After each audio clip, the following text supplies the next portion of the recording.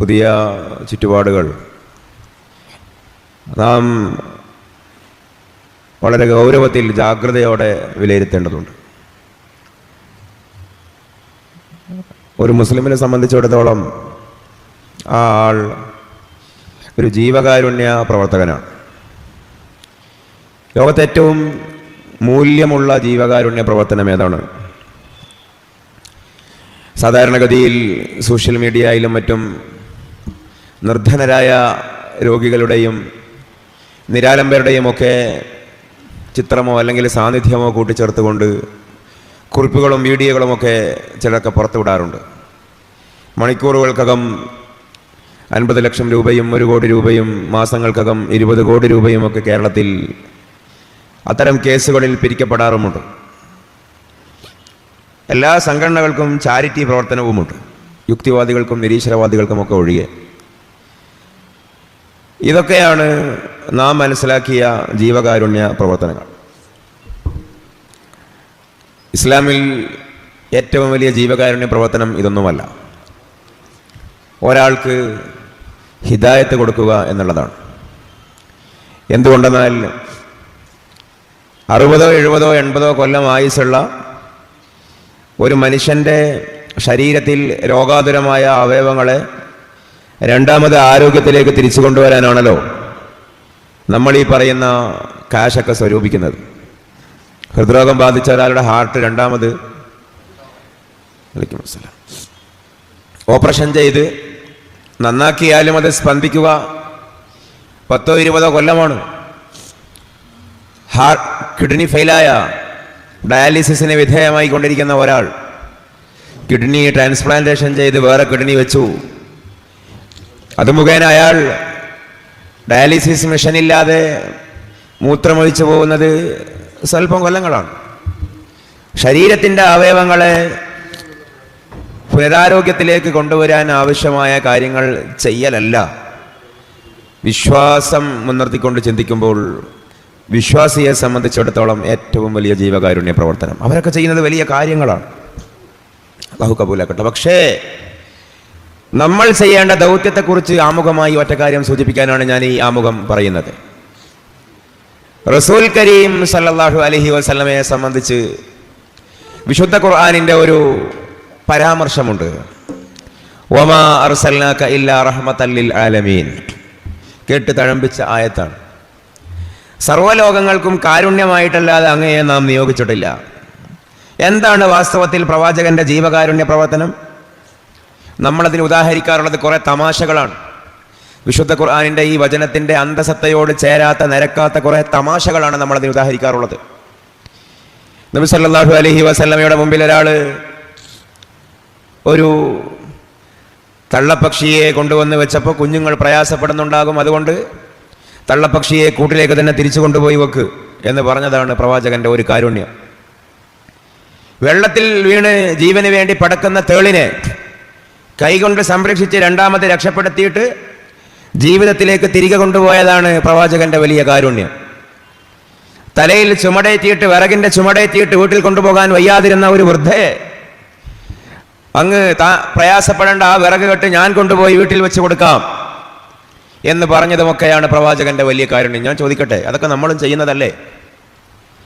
നമ്മളും ചെയ്യുന്ന കാര്യമല്ലേ അതൊക്കെ? നിങ്ങളുടെ കയ്യിലൊരാൾ കുഞ്ഞുങ്ങളുടെ അരികെ ഇരിക്കുന്ന ഒരു തള്ളപ്പക്ഷിയെ കൊണ്ടുവന്ന് നിങ്ങളിതെടുത്തോ എന്ന് പറഞ്ഞാൽ ചോറ് തിന്നുന്ന നമ്മളെന്താ പറയുക? അത് ശരിയല്ല, കുഞ്ഞുങ്ങൾ പ്രയാസപ്പെടും, കൊണ്ടുപോയി വെക്ക്. നമ്മുടെ മുമ്പിൽ ജീവന് വേണ്ടി പ്രയാസപ്പെടുന്ന, പ്രാണന് വേണ്ടി ചിറകട്ടടിക്കുന്ന, പടച്ചു കളിക്കുന്ന, വെപ്രാളപ്പെടുന്ന ഒരു പ്രാണിയെ, ജന്തുവിനെ നമുക്ക് കിട്ടിയാൽ നമ്മളും നമ്മളാൽ കഴിയുന്ന വിധം അതിനെ ജീവിതത്തിലേക്ക് കൊണ്ടുവരാൻ സഹായിക്കില്ലേ? വിറകിന്റെ കെട്ട് നമ്മളും വീട്ടിലെത്തിച്ചു കൊടുക്കില്ലേ? വെള്ളപ്പൊക്കം വന്നപ്പോൾ കുനിഞ്ഞു നിന്ന് കൊടുത്തു, തൻ്റെ പുറം ചവിട്ടുപടിയായി മാറ്റുവാൻ മലയാളികൾ. അതൊക്കെ നമ്മളും ചെയ്യുന്നതാണ്. റസൂലുള്ളാഹി സ്വല്ലല്ലാഹി അലൈഹി വസല്ലമയും ചെയ്തതാണ്. അതൊന്നുമല്ല റസൂലുള്ളാഹിന്റെ കാരുണ്യം. അതൊക്കെ ചെറിയ കാര്യങ്ങൾ. മതമുള്ളവരും മതമില്ലാത്തവരും, നിരീശ്വരവാദിയും ഭൗതികവാദിയും എല്ലാ മനുഷ്യരും ചെയ്യുന്ന നന്മകളാണതൊക്കെ. അത്തരം ചെറിയ ചെറിയ കാര്യങ്ങളെ പിടിച്ചിട്ട് ഇതായിരുന്നു പ്രവാചകന്റെ കാരുണ്യമെന്ന് പറയുമ്പോൾ നബിയെ നമ്മൾ എത്ര ചെറുതാക്കുകയാണ്, ഖുർആനെ എത്ര ചെറുതാക്കുകയാണ്. റസൂൽ കരീം സല്ലല്ലാഹു അലൈഹി വസല്ലമയുടെ കാരുണ്യം നമ്മുടെ വിഷയത്തിന്റെ ഭാഗമായി വരുന്നത് അതൊന്നുമല്ല. 2 3 4 ആൾക്കൂട്ടം ഇങ്ങനെ നിൽക്കുന്നത് കണ്ടാൽ അവരുടെ അരികേക്ക് പോകും കരീം സല്ലല്ലാഹു അലൈഹി വസല്ലം. എന്നിട്ട് അവരെ ശാശ്വതമായ നരകത്തിൽ നിന്നും രക്ഷപ്പെടുത്താൻ ആവശ്യമായ കാര്യങ്ങൾ പറഞ്ഞു കൊടുക്കുകയാണ്. ശാശ്വതമായ അള്ളാഹുവിന്റെ ശിക്ഷയിൽ നിന്നും രക്ഷിക്കുവാൻ ആവശ്യമായ കാര്യങ്ങൾ പറഞ്ഞു കൊടുക്കുകയാണ്. ദുനിയാവിൽ കണ്ണ് കാണായ്മ വലിയ ഒരു പ്രയാസമാണ്. പക്ഷെ ആഖിറത്തിൽ കണ്ണ് കാണാത്ത ആളുകളുണ്ടാകും. അള്ളാഹുവിനെ എല്ലാവരും കാണുമ്പോൾ കാണാൻ കഴിയാതെ പോകുന്ന ആളുകളുണ്ടാകും. അവർക്കവിടെ പരലോകത്തിൽ കണ്ണിന് കാഴ്ച നഷ്ടപ്പെട്ടു പോവാതിരിക്കാൻ ഞാൻ ചില കാര്യങ്ങൾ പറഞ്ഞു തരാം. ദുനിയാവിൽ മുടന്ത് വലിയ പ്രയാസമാണ്. ലാസ്റ്റ് ബസ്സിൽ കയറപ്പറ്റാൻ പറ്റില്ല, ഓടിയെത്തില്ല. പക്ഷേ സിറാത്ത് പാലം 50,000 കൊല്ലത്തെ വഴിദൂരമുണ്ട്. ചില ആളുകൾ കുതിര പായുന്ന പോലെയും, ചില ആളുകൾ മിന്നറിയുന്ന പോലെയും, ചില ആളുകൾ കണ്ണു ചിമ്മി തുറക്കുന്ന അത്രയും പെടുന്നനെയും ഒക്കെ ആ സിറാത്ത് പാലം മറികടക്കുമ്പോൾ വേറെ ചില ആളുകൾ വേച്ചുകൊണ്ട് കഷ്ടപ്പെട്ട് മുടന്തിക്കൊണ്ട് മറുകര പറ്റാൻ ശ്രമിക്കുകയും നരകത്തിൽ വീഴുകയും ചെയ്യും. നിങ്ങളുടെ കാലുകൾക്ക് പരലോകത്തിൽ മുടന്തുണ്ടാവാൻ പാടില്ല. അതിനുള്ള കാര്യം ഞാൻ ചെയ്തു തരാം.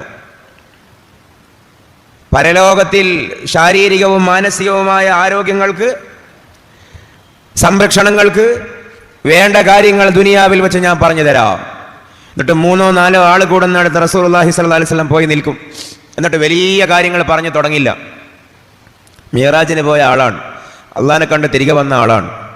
പക്ഷേ ഒരു വലിയ ആളായി നിൽക്കൽ റസൂലുള്ളാഹി സ്വല്ലല്ലാഹു അലൈഹി വസല്ലമക്ക് ഇഷ്ടമില്ല.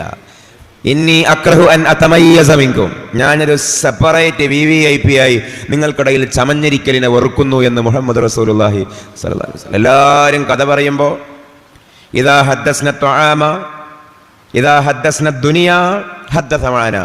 ഞാൻ എൻ്റെ വിഷയത്തിലേക്ക് വരാം ഈ ഹദീസ് പറഞ്ഞിട്ട്.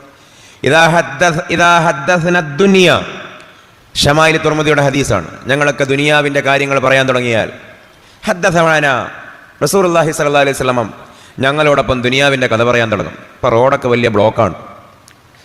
4 വരി പാതയാക്കിയ കുറേ സമാധാനം കിട്ടും. ഭയങ്കര ചൂടാണ്, ഇവർ ശരിയില്ല. ഇതൊക്കെ അന്നത്തെ ഒരു കോണ്ടക്സ്റ്റിൽ അവർ പറയുമ്പോൾ റസൂലുള്ളാഹി സ്വല്ലല്ലാഹു അലൈഹി വസല്ലം കൂട്ടത്തിൽ റസൂലുള്ളാഹിയും കൂടും. റോമുകാർ പണ്ടേ അങ്ങനെയാണ്, പേർഷ്യക്കാരെ പറഞ്ഞിട്ട് കാര്യമില്ല. ഞാൻ ഈ അള്ളാഹിൻ്റെ അടുത്ത് പോയി വന്ന വലിയ ആളാണ്, അത് റസൂലുള്ളാഹിക്കില്ല. വൈദാ ഹദ്ദസ്ന തുആമ, ഇനി ഞങ്ങൾ ഭക്ഷണത്തെക്കുറിച്ച് പറയാൻ തുടങ്ങിയാലോ? മന്തി അല്ലട്ടോ, ബിരിയാണിയാണ് നല്ലത്. അല്ല, ബിരിയാണിയല്ല, ഞങ്ങളെ മഞ്ഞച്ചോറാണ് നല്ലത്. അല്ലെങ്കിൽ ഞങ്ങളുടെ നാട്ടിലുള്ള മലബാറിലുള്ള ഫുഡ് ഐറ്റംസ് ആണ് ഇവിടത്തേനേക്കാണ് നല്ലത്. ഇതൊക്കെ അന്നത്തെ ഭാഷയിൽ പറയുമ്പോൾ റസൂലുള്ളാഹി സ്വല്ലല്ലാഹു അലൈഹി വസല്ലം പറയും, റസൂലുള്ളാഹി കൂട്ടത്തിലൊരാളായിട്ട് കൂടും. ഇനി അതിന് ശേഷമാണ് വൈദാ ഹദ്ദസ്നൽ ആഖിറ.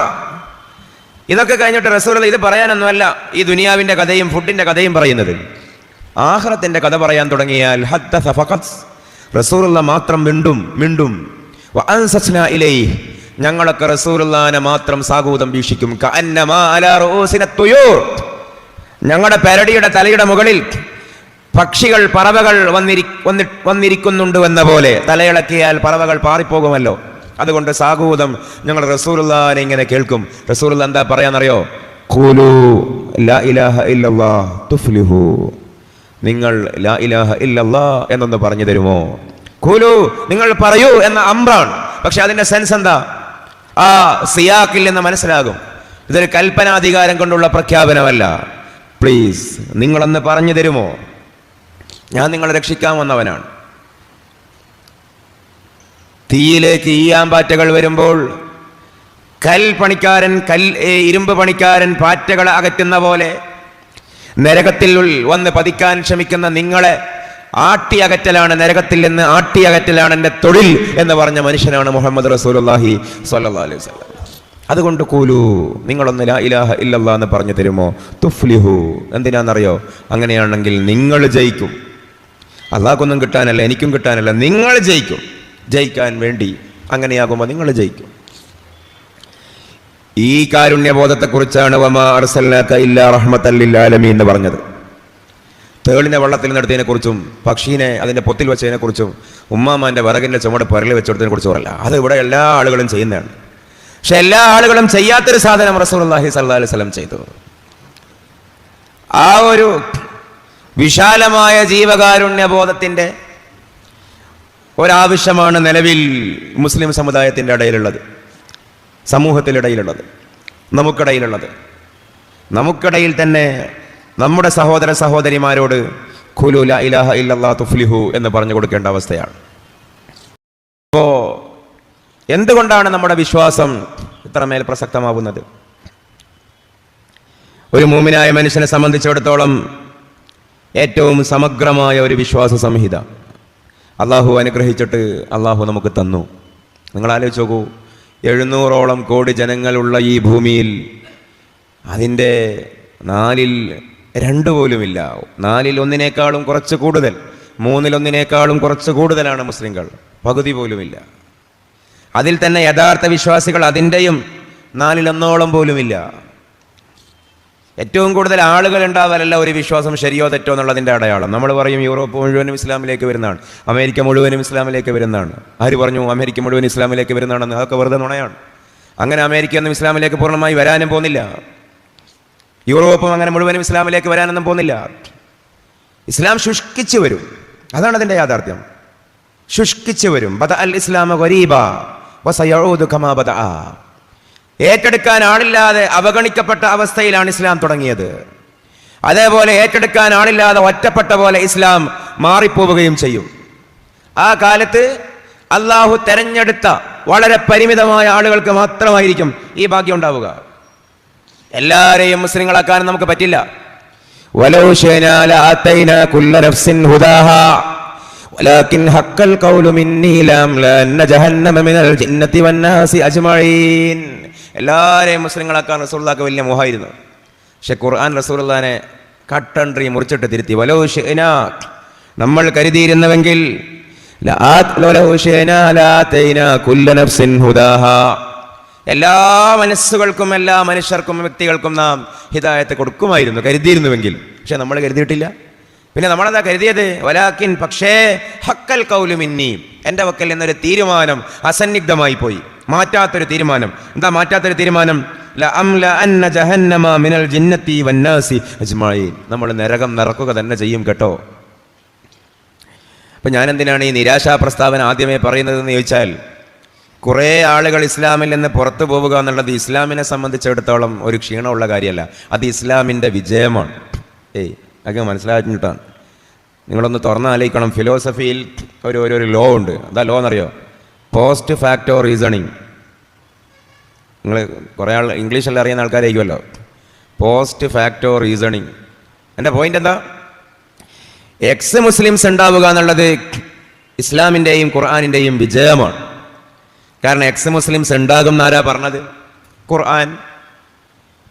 എപ്പോഴാണത് പറഞ്ഞത്? ഇന്നല്ലാഹ ലാ യസ്തഹി അൻ യദ്രിബ മസലൻ മാ ബഊലതൻ ഫമാ ഫൗഖഹാ ഫഅമ്മൽ ലദീന ആമനൂ ഫസയഅലമൂന അന്നഹുൽ ഹഖ്ഖു മിർ റബ്ബിഹിം വഅമ്മൽ ലദീന കഫറൂ ഫയഖൂലൂന മാദാ അറാദല്ലാഹു ബിഹാദാ മസലാ യുളില്ലു ബിഹി കസീറൻ വയഹ്ദീ ബിഹി കസീറാ. ഈ ഖുർആൻ ഓതിയിട്ട് കുറേ ആളുകൾ എക്സ് മുസ്ലിംസ് ആകും എന്ന് വിശുദ്ധ ഖുർആൻ സൂറ ബഖറ. യുളില്ലു ബിഹി കസീറ. ഖുർആനും ഹദീസും നോക്കിയിട്ട് കുറേ ആളുകൾ പിഴച്ചു പോകും. അപ്പം എന്താണ് ഈ പോസ്റ്റ് ഫാക്ടോ റീസണിങ്? സംഭവിക്കാൻ പറ്റാത്ത കാര്യം സംഭവിച്ചാൽ സംഭവിച്ച കാര്യം നല്ലതിനാണെന്ന് വരുത്തി തീർക്കൽ. ഇയാൾ തുടക്കത്തിലെ എന്തിനാണ് ഈ തറയും ഇടങ്ങാറും പറയുന്നതെന്ന് വിചാരിക്കേണ്ട, നമുക്കിങ്ങനെ പറഞ്ഞങ്ങ് ശരിയാക്കാം. എന്താണ് ഈ പോസ്റ്റ് ഫാക്ടോ റീസണിങ്? സംഭവിക്കാൻ പാടില്ലാത്ത കാര്യമായിരുന്നു, പക്ഷേ സംഭവിച്ചു കഴിഞ്ഞാൽ അത് നല്ലതിനാണെന്ന് വരുത്തി തീർക്കുക. ഒരു ഉദാഹരണം പറയാം. സമ്മേളനമാണ്. സമ്മേളനത്തിനന്ന് മഴ പെയ്യരുതെന്നാണ് എല്ലാവരും ആഗ്രഹം. മഴ പെയ്തില്ല. അപ്പോൾ നമ്മളെന്ത് പറയും? കണ്ടോ, നമ്മുടെ സമ്മേളനമായതുകൊണ്ട് അള്ളാഹു സഹായിച്ചിട്ട് മഴ പെയ്തില്ല, അള്ളാഹിൻ്റെ റഹ്മത്ത്. ഇനി മഴ പെയ്തു എന്ന് കൂട്ട്, എന്നാൽ എന്താ ഉസ്താദ് അനൗൺസ് ചെയ്യുക? ആരും എഴുന്നേറ്റ് പോകരുത്, അള്ളാഹുവിൻ്റെ റഹ്മത്താണ് വർഷിക്കുന്നത്, അള്ളാഹുവിന് നമ്മളോട് കനിവും കാരുണ്യം ഉള്ളത് കൊണ്ടാണ് എന്ന് മറിച്ചിടും. തോണി മറിഞ്ഞാൽ പുറാണ് നല്ലത്. ഇവിടെ എന്താ സംഭവിച്ചതെന്താ? സമ്മേളനത്തിൽ മഴ പെയ്യരുതായിരുന്നു. പെയ്താൽ പിന്നെ എന്ത് കരുതുക? പെയ്തത് നല്ലതിനാണെന്ന് കരുതുക. Post facto reasoning. ഇത് വളരെ മർമ്മമാണ്. നിരീശ്വര നിർമ്മത പ്രസ്ഥാനങ്ങളെ എക്സ് മുസ്ലിംസിനെ വിലയിരുത്തുമ്പോൾ, ഖുർആനെ വിലയിരുത്തുമ്പോൾ ഇത് വളരെ മർമ്മമാണ്. പോസ്റ്റ് എന്ന് പറഞ്ഞാൽ നമുക്കറിയാം ശേഷം എന്നുള്ളതാണ്. പോസ്റ്റ് കൊളോണിയൽ, പോസ്റ്റ് ഗ്രാജുവേഷൻ, ശേഷം. ഫാക്ടോ, സംഭവിക്കരുതാത്ത ഒരു യാഥാർത്ഥ്യം ഉണ്ടായതിനു ശേഷം. റീസണിങ്, അതിനെ ന്യായവൽക്കരിക്കുക, അതിനെ യുക്തിവൽക്കരിക്കുക, അതിനെ സാധൂകരിക്കുക. Post facto reasoning. Ex Muslims ഉണ്ടാവരുതായിരുന്നു, ആരുടെയും ഈമാൻ തെറ്റിപ്പോകരുതായിരുന്നു. പക്ഷെ ഇതാ കുറേ പേരുടെ ഈമാൻ തെറ്റിപ്പോയിരിക്കുന്നു. അപ്പൊ പിന്നെ നമ്മൾ എന്ത് കരുതണം? ഇവരുടെ ഈമാൻ തെറ്റിപ്പോകുമെന്ന് ആദ്യമേ വിശുദ്ധ ഖുർആനിൽ പറഞ്ഞിട്ടുണ്ടല്ലോ. അങ്ങനെ സംഭവിക്കുകയുള്ളൂ. അപ്പോൾ ഞാൻ പറയുന്നത്, ഇങ്ങനെ ഇതിനെയൊക്കെ എതിർക്കുന്ന കുറെ ആളുകളുണ്ട് എന്ന് വിചാരിച്ചിട്ട് ഭൂരിഭാഗം ആളുകളും ഇത്തരത്തിലുള്ള കാര്യങ്ങളൊക്കെ പഴഞ്ചനാണെന്ന് പറയുന്നു എന്ന് വിചാരിച്ചിട്ട് ഇത് തെറ്റാവില്ല. ഇത് പഴഞ്ചനാണെന്ന് പറയുന്ന ആളുകൾ കൂടിക്കൊണ്ടേയിരിക്കും. അതാണ് അതിൻ്റെ ഇനിയുള്ള നാൾ വഴികൾ. എന്നാൽ ഇത് പഴഞ്ചനാണോ? അവിടെ വെച്ചാണ് നമ്മൾ ആരംഭിക്കുന്നത്. നമ്മളിതൊക്കെ പറയുമ്പോൾ അവരെന്താ പറയാ? ഇപ്പോൾ ട്രാൻസ്ജെൻഡേഴ്സിൻ്റെ വിഷയം, ജെൻഡർ ന്യൂട്രാലിറ്റീൻ്റെ വിഷയം, സെക്ഷൽ മൈനോറിറ്റീസിൻ്റെ വിഷയം, ഇനി അതേപോലെ സമൂഹത്തിൽ കത്തി നിൽക്കുന്ന ഇപ്പോൾ ചേലാകർമ്മം ഇന്ന് നിലകളിലുണ്ടായ വിഷയം, ഇതൊക്കെ പറയുമ്പോൾ അവർ നമ്മളോട് പറയും ഇതൊക്കെ 6-ാം നൂറ്റാണ്ടിലെ വാദങ്ങളാണ് എന്ന് പറയും. 6-ാം നൂറ്റാണ്ടിലെ വാദങ്ങളാണെന്ന് അവർ പറയുമ്പോൾ നമ്മളൊരു സ്വഭാവം സ്വീകരിക്കും. ഞങ്ങളങ്ങനെ 6-ാം നൂറ്റാണ്ടിൻ്റെ മതമൊന്നുമല്ല, ഞങ്ങൾ 22-ാം നൂറ്റാണ്ടിൻ്റെ മതമാണ് എന്ന് പറയാൻ ശ്രമിക്കും. അതിനേക്കാളും വലിയൊരു പൊട്ടത്തരം അള്ളാഹ് പഠിച്ചിട്ടില്ല. അതെന്തിനാ? ഞങ്ങളങ്ങനെ പഴയ ആളുകളൊന്നുമല്ല, ഞങ്ങൾ പുതിയ ആളുകളാണ്. നാസ ഞങ്ങൾ അംഗീകരിച്ചത്, ജെയിംസ് വെബ് ടെലസ്കോപ്പ് ഞങ്ങൾ അംഗീകരിച്ചത്, ഓഷ്യാനോഗ്രഫി ഞങ്ങൾ അംഗീകരിച്ചത്. ഞങ്ങളങ്ങനെ പഴയ ആളുകളല്ല, ഞങ്ങൾ മെനിയാന്ന് പൊട്ടി വീണ പുതിയ അപ്ഡേറ്റഡ് വേർഷൻസ് ആണ് എന്ന് നമ്മൾ പറഞ്ഞ് പിടിച്ചു നിൽക്കാൻ ശ്രമിക്കും. വാസ്തവത്തിൽ നിങ്ങൾ ഗൗരവത്തിൽ ആലോചിച്ചു നോക്കൂ. ഇസ്ലാം എന്ന് പറയുന്നത് സാർവകാലികമായ ഒരു പ്രത്യയശാസ്ത്രമാണ്, സാർവജനീനമാണ്. നമ്മൾ പറയുന്നു ആദം നബി അലൈഹി സ്വലാത്തു വസ്സലാമിന്റെ കാലത്ത് ജീവിച്ച ഏതെങ്കിലും ചായ മക്കാനിയിൽ ചായ ഒഴിച്ചു കൊടുത്ത ഒരു അധകൃതനായ മനുഷ്യന്റെ അതേ പ്രാധാന്യമേ, അതേ മഹത്വമേ, അതേ സ്വഭാവ വിശേഷങ്ങളെ ഇന്നുണ്ടാകുന്ന കുട്ടിക്കുള്ളൂ. ഒന്നും ഇന്നുണ്ടാകുന്നത് പരിഷ്കൃത മനുഷ്യനാണെന്നുള്ളത് ഈ ലിബറലുകൾ നമ്മുടെ തലയിൽ ഏൽപ്പിച്ച ഒരു ബ്രെയിൻ വാഷിംഗ് ആണ്. അത് പറഞ്ഞാൽ നിങ്ങൾക്ക് എന്താ നദികൾക്ക് മനസ്സിലായില്ല. ഞാൻ വേറെ കോലത്തിൽ പറയാം. മനുഷ്യന് 12 ആവശ്യമുള്ളത്. 12 ആവശ്യങ്ങളാണ് മനുഷ്യ സമൂഹത്തിന് ഹോമോസാപ്പിയന് മുഴുവനുള്ളത്. എന്താണ് ഈ ഹോമോസാപ്പിയ എന്നൊക്കെ ഇസ്ലാമികമായി ചിന്തിച്ചാൽ കുറച്ച് പറയാനുള്ളതാണ്. ബനു ആദം, അൽ ഇൻസാൻ. അൽ ഇൻസാൻ എന്ന് പറയുന്ന വർഗത്തിന്റെ ഇങ്ങേ തലക്കലുള്ള വിഭാഗമാണ് ബനു ആദം, ആദമിന്റെ മക്കൾ. നമ്മളൊക്കെ ആദമിന്റെ മക്കളാണ്. ഈ ആദം നബി അലൈഹി സ്വലാത്തു വസ്സലാമിന്റെ മക്കൾക്കൊക്കെ 12 ആവശ്യങ്ങളാണ് ഉണ്ടാവുക. ഏതാണ് ഈ 12 ആവശ്യം? മാറ്റിവെക്കാൻ പറ്റായ്മയുടെ തീവ്രത അനുസരിച്ച് കൊണ്ടുള്ള തർത്തീബാണ് ഞാൻ പറയുന്നത്. 1-ാമത്തെ ആവശ്യം ഉറക്കമാണ്, 2-ാമത്തെ ആവശ്യം മൂത്രമൊഴിക്കലാണ്, 3-ാമത്തെ ആവശ്യം വെള്ളം കുടിക്കലാണ്, 4-ാമത്തെ ആവശ്യം കാഷ്ടിക്കലാണ്, 5-ാമത്തെ ആവശ്യം ഭക്ഷണം കഴിക്കലാണ്, 6-ാമത്തെ ആവശ്യം ഈ ഏജ്ഡിനും മൈനറിനും വസ്ത്രമാണ്, മിഡിലിന് സെക്സാണ്. ഇപ്പോൾ 7-ാമത്തെ ആവശ്യം തിരിച്ചു മറിച്ചു പോവും. 8-ാമത്തെ ആവശ്യം പാർപ്പിടാണ്, ഒരു വീടോ കൂടോ കിടന്നുറങ്ങാൻ ഒരു കൂരയോ ഒരു ഇടമോ എന്തെങ്കിലും വേണം. ഇതാണ് മനുഷ്യൻ്റെ ഫണ്ടമെൻ്റൽ ബേസിക് നീഡ്സ്. ഇനി 9-ാമത്തത് എൻ്റർടൈൻമെൻ്റ് ആണ്, വിനോദം. വിനോദം 4 വിധം: കല, കായികം, സംഗീതം, ലഹരി. ഇതാണ് ആകെ 12 ആവശ്യം. ഇത് 13-ാമത്തെ ഒന്നില്ല.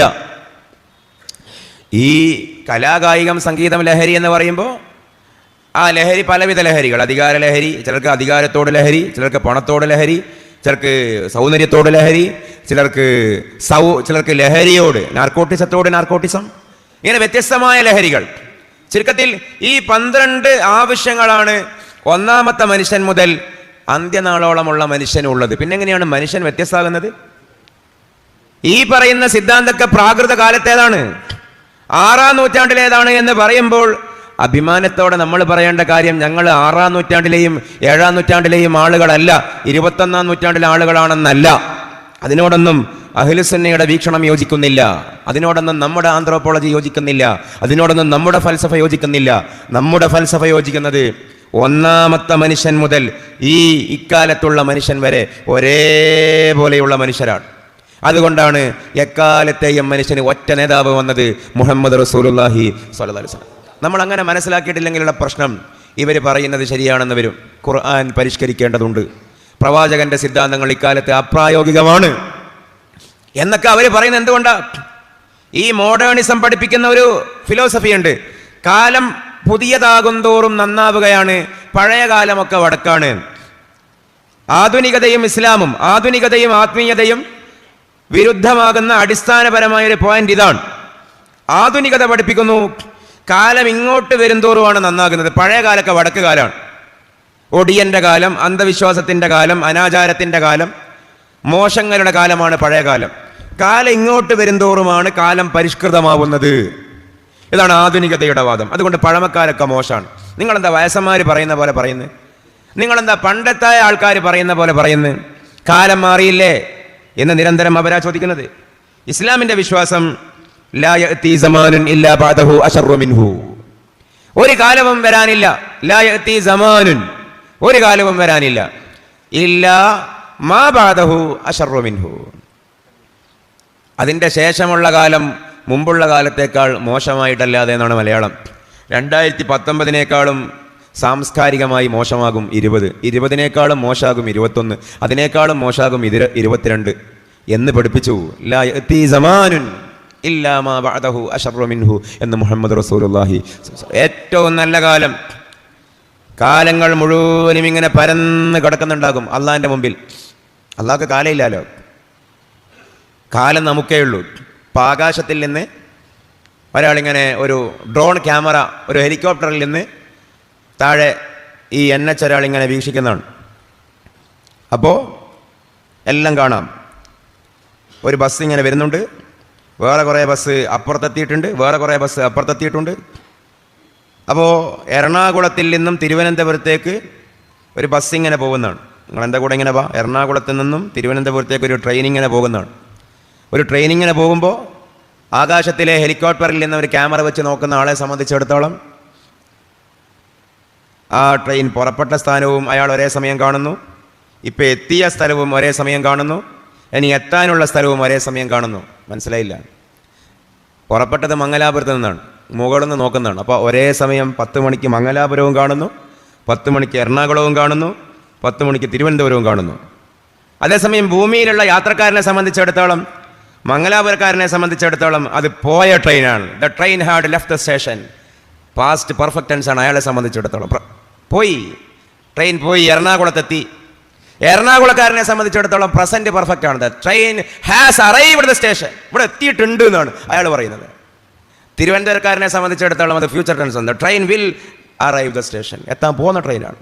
ഇപ്പോൾ ഭൂമിയിലുള്ള ആളെ സംബന്ധിച്ചിടത്തോളം ഇത് ചിലർക്ക് പോയതാണ്, ചിലർക്ക് വന്നതാണ്, ചിലർക്ക് വരാനുള്ളതാണ്. ഭൂതവും വർത്തമാനവും ഭാവിയും ഭൂമിയിലുള്ളവർക്കാണ്. ഇതിൻ്റെ മുകളിലുള്ള രക്ഷിതാവിനോ ഒന്നും ബാധകമല്ല. ഭൂതമില്ല, ഭാവിയില്ല, വർത്തമാനമില്ല. ഞാനിത് ആദ്യമേ ഈ വിഷയത്തിൻ്റെ ഭാഗമായി പറഞ്ഞത്. അള്ളാഹ് ആദ്യമേ ഒരു കാര്യം തീരുമാനിച്ചാൽ പിന്നെ എന്തിനാ ശിക്ഷിക്കുന്നതെന്ന് ലാസ്റ്റ് ആരും ചോദിക്കണ്ട. ഓയ്, അള്ളാഹു ആദ്യമേ ഒരു കാര്യം തീരുമാനിച്ചിട്ടുണ്ടെങ്കിൽ പിന്നെ എന്തിനാ നമ്മൾ ദ്വാരക്കുന്നതൊക്കെ ചോദിക്കാറില്ല ചില കുഞ്ഞുങ്ങൾ. അതിന് ലാസ്റ്റ് ആരും ചോദിക്കേണ്ടത് കൊണ്ടാണ് ഞാനിത് പറയുന്നത്. ഈ ആദ്യമേ, ഇപ്പം, പിന്നീട്, പാസ്റ്റ്, പ്രസൻറ്റ്, ഫ്യൂച്ചറൊക്കെ നമുക്കേ ഉള്ളൂ. മുകളിൽ നിൽക്കുന്ന ആളെ സംബന്ധിച്ചിടത്തോളം പാസ്റ്റ് ഇല്ല, പ്രസൻറ്റ് ഇല്ല, ഫ്യൂച്ചർ ഇല്ല, എല്ലാ കാലവും സ്റ്റേബിളാണ്. അതാണ് ആ ഒരു വലിയ ഒരു സ്റ്റേബിളായി നിൽക്കുന്ന കാലം. ആ കാലം നമ്മളിങ്ങനെ അള്ളാഹു പരിശോധിക്കുമ്പോൾ ഏറ്റവും നല്ല ഒരു കാലത്തിൻ്റെ ഒരു ഭാഗം ഇങ്ങനെ സെലക്ട് ചെയ്യുകയാണെങ്കിൽ അത് ഏത് കാലമായിരിക്കുമെന്ന് അറിയുമോ? അത് ക്രിസ്തബ്ദം 610 മുതൽ 632 വരെയുള്ള, ക്രിസ്തബ്ദം 610 ജൂൺ 10 മുതൽ ക്രിസ്തബ്ദം 632 ആഗസ്റ്റ് 12 വരെയുള്ള ദിവസമായിരിക്കും ജൂലിയൻ കലണ്ടർ പ്രകാരം. കാരണം ആ ദിവസങ്ങൾക്കിടയിലാണ് ആമിന ബീവിയുടെ മകൻ അബ്ദുള്ളയുടെ മകൻ മുഹമ്മദുൻ റസൂലുള്ളാഹി സല്ലല്ലാഹു അലൈഹി വസല്ലമയായി ഇവിടെ ദീൻ കൊണ്ടുവന്നത്. അതാണ് ഏറ്റവും നല്ല കാലം. ഖൈറുൽ ഖുറൂനി ഖർനി സുമ്മല്ലദീന യലൂനഹും സുമ്മല്ലദീന യലൂനഹും സുമ്മല്ലദീന യലൂനഹും. ഏറ്റവും നല്ല കാലം എൻ്റെ കാലമാണ്. പിന്നെ അതിനോടടുത്തത്, പിന്നെ അതിനോടടുത്തത്, പിന്നെ അതിനോടടുത്തത്. അതുകൊണ്ടാണ് നമ്മൾ വയസ്സന്മാരെ ബഹുമാനിക്കുന്നത്. ആധുനികത പറയുന്ന വയസ്സന്മാരെ ബഹുമാനിക്കണ്ട, ഡേക്കർ ഹോമിലേക്ക് തള്ളു, വൃദ്ധസദനത്തിലേക്ക് തള്ളു, കാരണം അവർ അനാവശ്യമാണ്. ഇസ്ലാം പറയുന്ന വയസ്സന്മാരെ ബഹുമാനിക്കണം. അശ്ശൈഖു ഫിൽ ബൈത്തി കന്നബിയ്യി ഫിൽ ഖൗം. റസൂലുള്ളാഹിന്റെ പൊന്നുകൊണ്ട് ഉരുക്കി എഴുതേണ്ട ഹദീസാണ്. അശ്ശൈഖു ഫിൽ ബൈത്ത്, ഒരു വീട്ടിലുള്ള വൃദ്ധൻ കൻ നബിയ്യി ഫിൽ ഖൗം, സമൂഹത്തിലെ പ്രവാചകന്റെ സ്ഥാനത്താണെന്ന് മുഹമ്മദ് റസൂലുള്ളാഹി സ്വല്ലല്ലാഹു അലൈഹി വസല്ലം. പ്രായമായവരെ ബഹുമാനിക്കേണ്ടത് പ്രായമായവർക്ക് നിൽക്കാനും എണീക്കാനും പറ്റാത്തതുകൊണ്ട് മാത്രമല്ല, നിൽക്കാനും എണീക്കാനും പറ്റാത്തതുകൊണ്ട് തന്നെയാണല്ലോ മറ്റൊരു പിടിച്ചിട്ട് വൃദ്ധസദനത്തിൽ കൊണ്ടുപോകുന്നത്.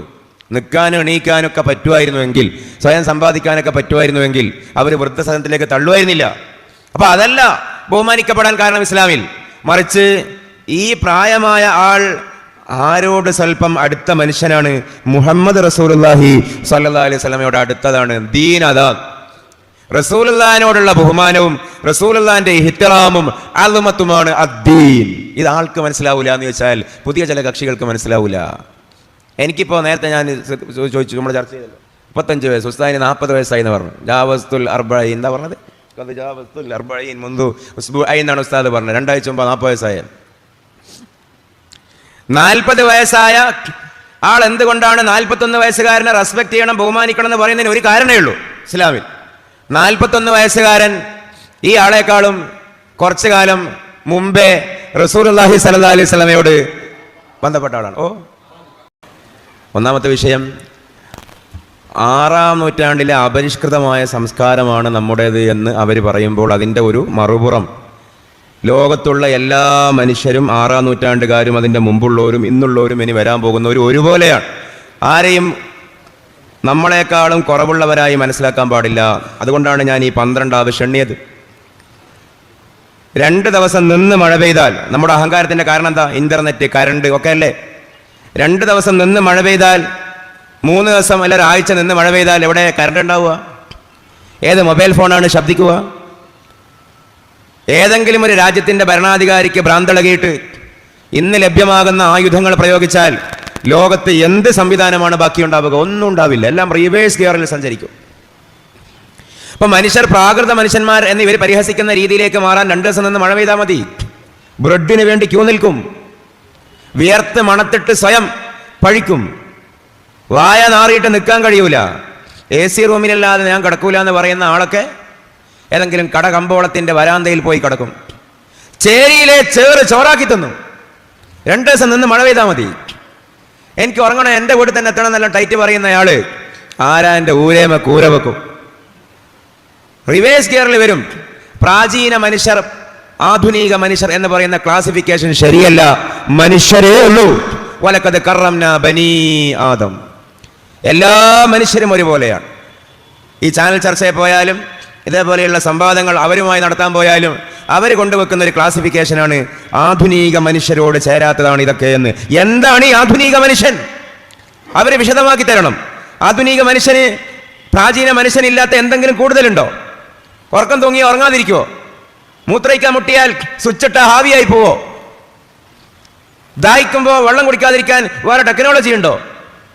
വലിയ എക്സിക്യൂട്ടീവ് വൈറ്റ് കോളർ ലുക്കിൽ വരുന്ന ആളാണ്, പള്ളിയിലെത്തും കതച്ച്. എന്താ, ഞാൻ ആരെയും അങ്ങനെ പറയുകയല്ല. എവിടെയാണ് മുഅദ്ദിന്റെ ഖത്തീബിന്റെ റൂം? എന്തിനാണെന്നറിയോ? ബാത്റൂമിന്റെ ചാവിക്ക്. അതിന് മുമ്പ് അവിടെ മുണ്ടാത്ത ആളാണ്. പക്ഷെ ഇവിടെ നിന്ന് മുട്ടിയപ്പോ പിന്നെ ബാത്റൂമിൽ എത്തിയേ അടങ്ങൂ. എല്ലാ ഇറ്റിക്കുറ്റിയും മറന്നു. പിന്നെ ഒരു ബക്കറ്റിൽ വെള്ളവും പാട്ടയായിട്ട് ഓട്ടാണ്. മനുഷ്യന്റെ ആവശ്യം അന്നും ഇന്നും ഒന്നാണ്. വീട്, പാർപ്പിടം, ലൈംഗികത ഒന്നും മാറുന്നില്ല. അപ്പൊ അതുകൊണ്ടാണ് വിശുദ്ധ ഖുർആനും പ്രവാചകനും സാർവജനീനമാകുന്നത്. ഇനി ആ വിശുദ്ധ ഖുർആൻ സാർവജനീനമാണ് എന്നുള്ള വാദം ശരിയാണോ തെറ്റാണോ എന്ന് ഇന്ന് ചർച്ച നടക്കുന്ന ചില മേഖലകളിലൂടെ നമുക്ക് പോകാം. ഇപ്പൊ കഴിഞ്ഞ ആഴ്ചകളിൽ കേരളം, മലബാറൊക്കെ, ഇങ്ങോട്ട് എനിക്കറിയില്ല, വല്ലാതെ ചർച്ച ചെയ്ത ആ കാര്യമാണ് ഒരു അച്ഛൻ പ്രസവിച്ച വിഷയം.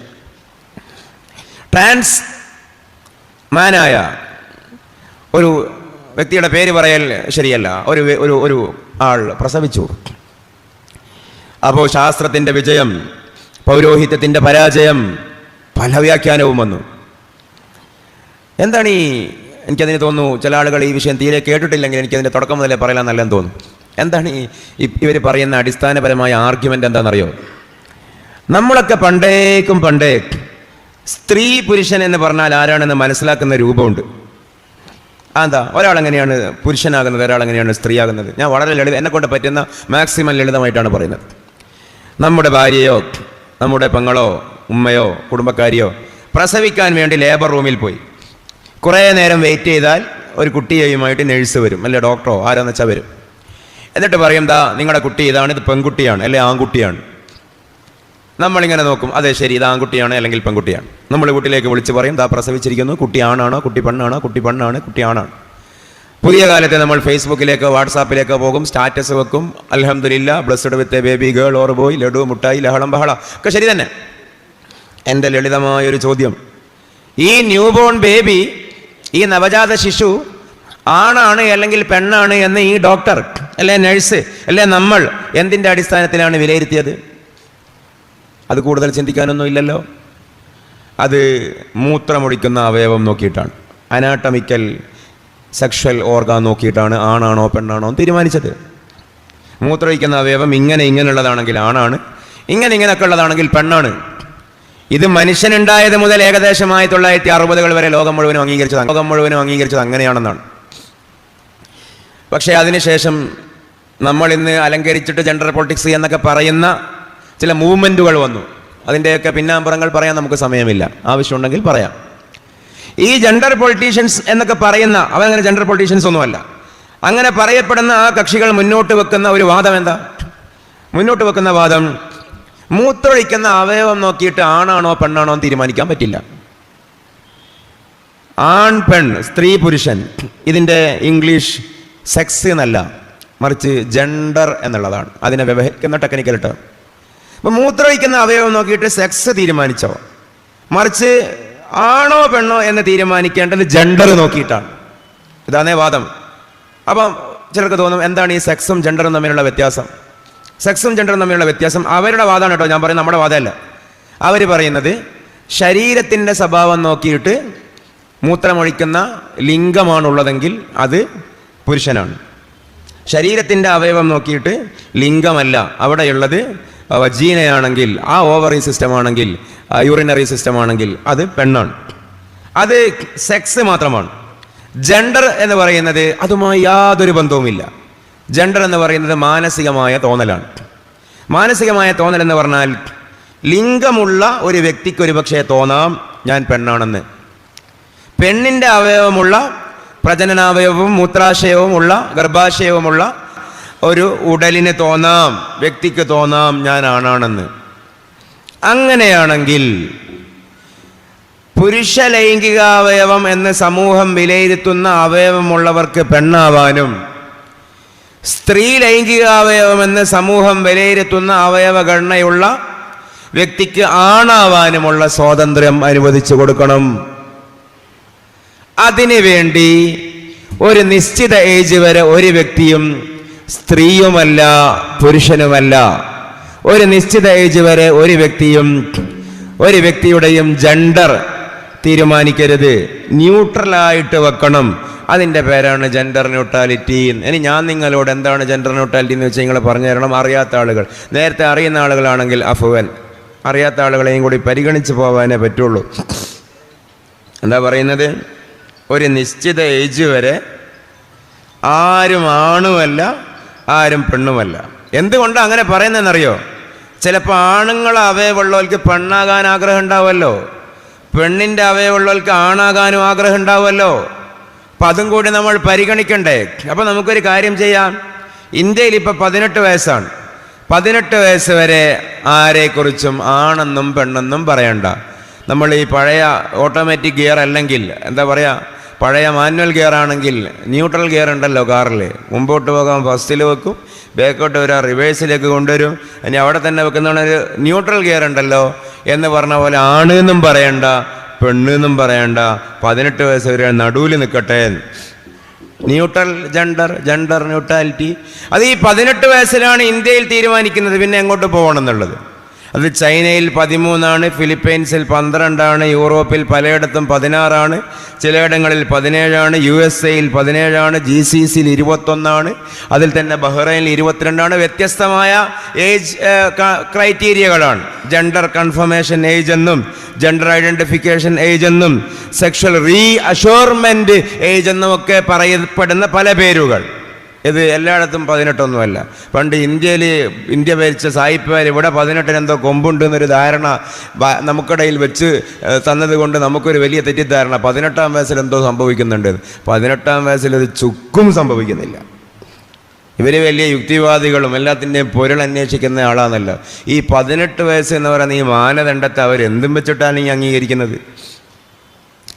നമുക്കൊരു തോന്നലുണ്ട് 18 വയസ്സ് എന്ന് പറഞ്ഞാൽ എന്തോ ഒരു മാറ്റം സംഭവിക്കുന്ന ഏജാണ്. 17 വയസ്സ് കംപ്ലീറ്റ് ആകുന്ന അന്ന് രാത്രിയും 18 തുടങ്ങിയെന്ന രാത്രിയും തമ്മിൽ ഒരു വ്യത്യാസവും ഇല്ല.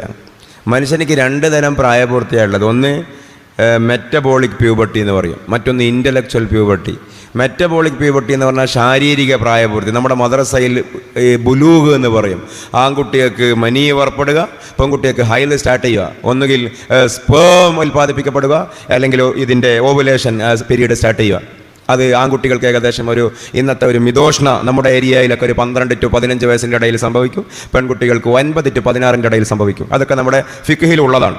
Metabolic puberty അക്കല്ലു സിന്നി. എന്താണ് അക്കല്ലു മാ തുസ്തഹാദു ഫീൽ മർഅതു തിസ്ഉ സിനീന ഇസ്തിഖറാഅ. അതാണ് ഫത്ഹുൽ മുഈൻ്റെ ഇബാറത്ത്. അക്കല്ലു മാ തുസ്തഹാദു ഫീൽ മർഅ തിസ്ഉ സിനീന ഇസ്തിഖറാഅ. ഒരു പെണ്ണിന് ഓവുലേഷൻ ആരംഭിക്കുന്ന മിനിമം ഏജ് 9 ആണ്. ഷാഫി ഇമാമിൻ്റെ ഒരു തെളിവാണത്. ഇസ്തിഖ്റാഅൻ. അദ്ദേഹത്തിൻ്റെ അസ്ഹാബത്ത് കണ്ടെത്തിയത് ഖുർആൻ നോക്കിയിട്ട് ഹദീസ് നോക്കിയിട്ടുമല്ല.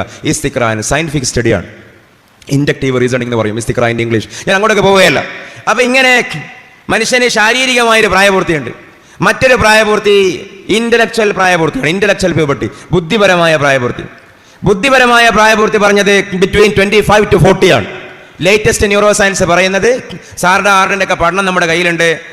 25ൻ്റെയും 40ൻ്റെയും ഇടയിലാണ് ബുദ്ധിപരമായ പ്രായപൂർത്തി. ശരിയും തെറ്റും കണ്ടെത്താനുള്ള ഏജ്. ഇതൊക്കെ ശരിയാണ്, ഇതൊക്കെ തെറ്റാണ്, അതൊക്കെ മോശമായിപ്പോയിട്ടുണ്ടോ, അതൊക്കെ അന്നത്തെ ഒരു തെരുപ്പ് ചെയ്തോയാണ്, അതൊന്നുമല്ല ശരി എന്നൊക്കെ വിവേചിച്ചറിയുന്ന ഒരു പ്രായം എന്ന് പറയുന്നത്. നമ്മൾ പറയൂലേ കുട്ടിത്തത്തിൻ്റെ തെരുപ്പ്, യൗവനത്തിൻ്റെ തീക്ഷ്ണത, കൗമാരത്തിൻ്റെ ഭ്രാന്ത്, ഞങ്ങളുടെ നാട്ടിൽ വസ്തുവിൻ്റെ അളക്കം എന്നൊക്കെയാണ് പറയുക. അതൊക്കെ ഒരു മോശമായിരുന്നു തിരിച്ചറിയുന്ന ഏജ് 25ൻ്റെയും 40ൻ്റെ ഇടക്കാണ്.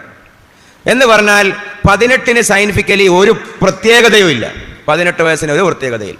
പക്ഷെ ജനാധിപത്യപരമായി നമ്മൾ അംഗീകരിക്കുന്നത് വേറെ വിഷയം. പക്ഷെ ഞാൻ പറഞ്ഞു വന്നത് ഈ 18 വയസ്സ് വരെ ഈ പഠിക്കുന്ന വിദ്യാർത്ഥിയെ സംബന്ധിച്ചിടത്തോളം ആൺകുട്ടിയെന്നും പറയാൻ പറ്റൂല. പുതിയ കൺസെപ്റ്റ് പ്രകാരം പെൺകുട്ടിയെന്നും പറയാൻ പറ്റൂല. ഈ കൺസെപ്റ്റൊക്കെ ഇവിടെ നടപ്പിൽ വരുത്താൻ ശ്രമമുണ്ട്, നമ്മൾ സമ്മതിക്കൂല. ആൺകുട്ടിയെന്നും പറയാൻ പറ്റൂല, പെൺകുട്ടിയെന്നും പറയാൻ പറ്റൂല. ഗേൾസ് ഇല്ല, ബോയ്സ് ഇല്ല, ക്ലാസ്സിൽ സ്റ്റുഡൻസേ ഉള്ളൂ. ആൺകുട്ടികളില്ല, പെൺകുട്ടികളില്ല, കുട്ടികളേ ഉള്ളൂ. ഇതാണ് ഈ ജെൻഡർ ന്യൂട്രാലിറ്റി. ഇതൊരു അതിവാദം തോന്നണ്ട. സർവനാമങ്ങളിൽ പോലും ഈ നിയമം അപ്ലൈ ചെയ്യപ്പെടുന്നതാണ്.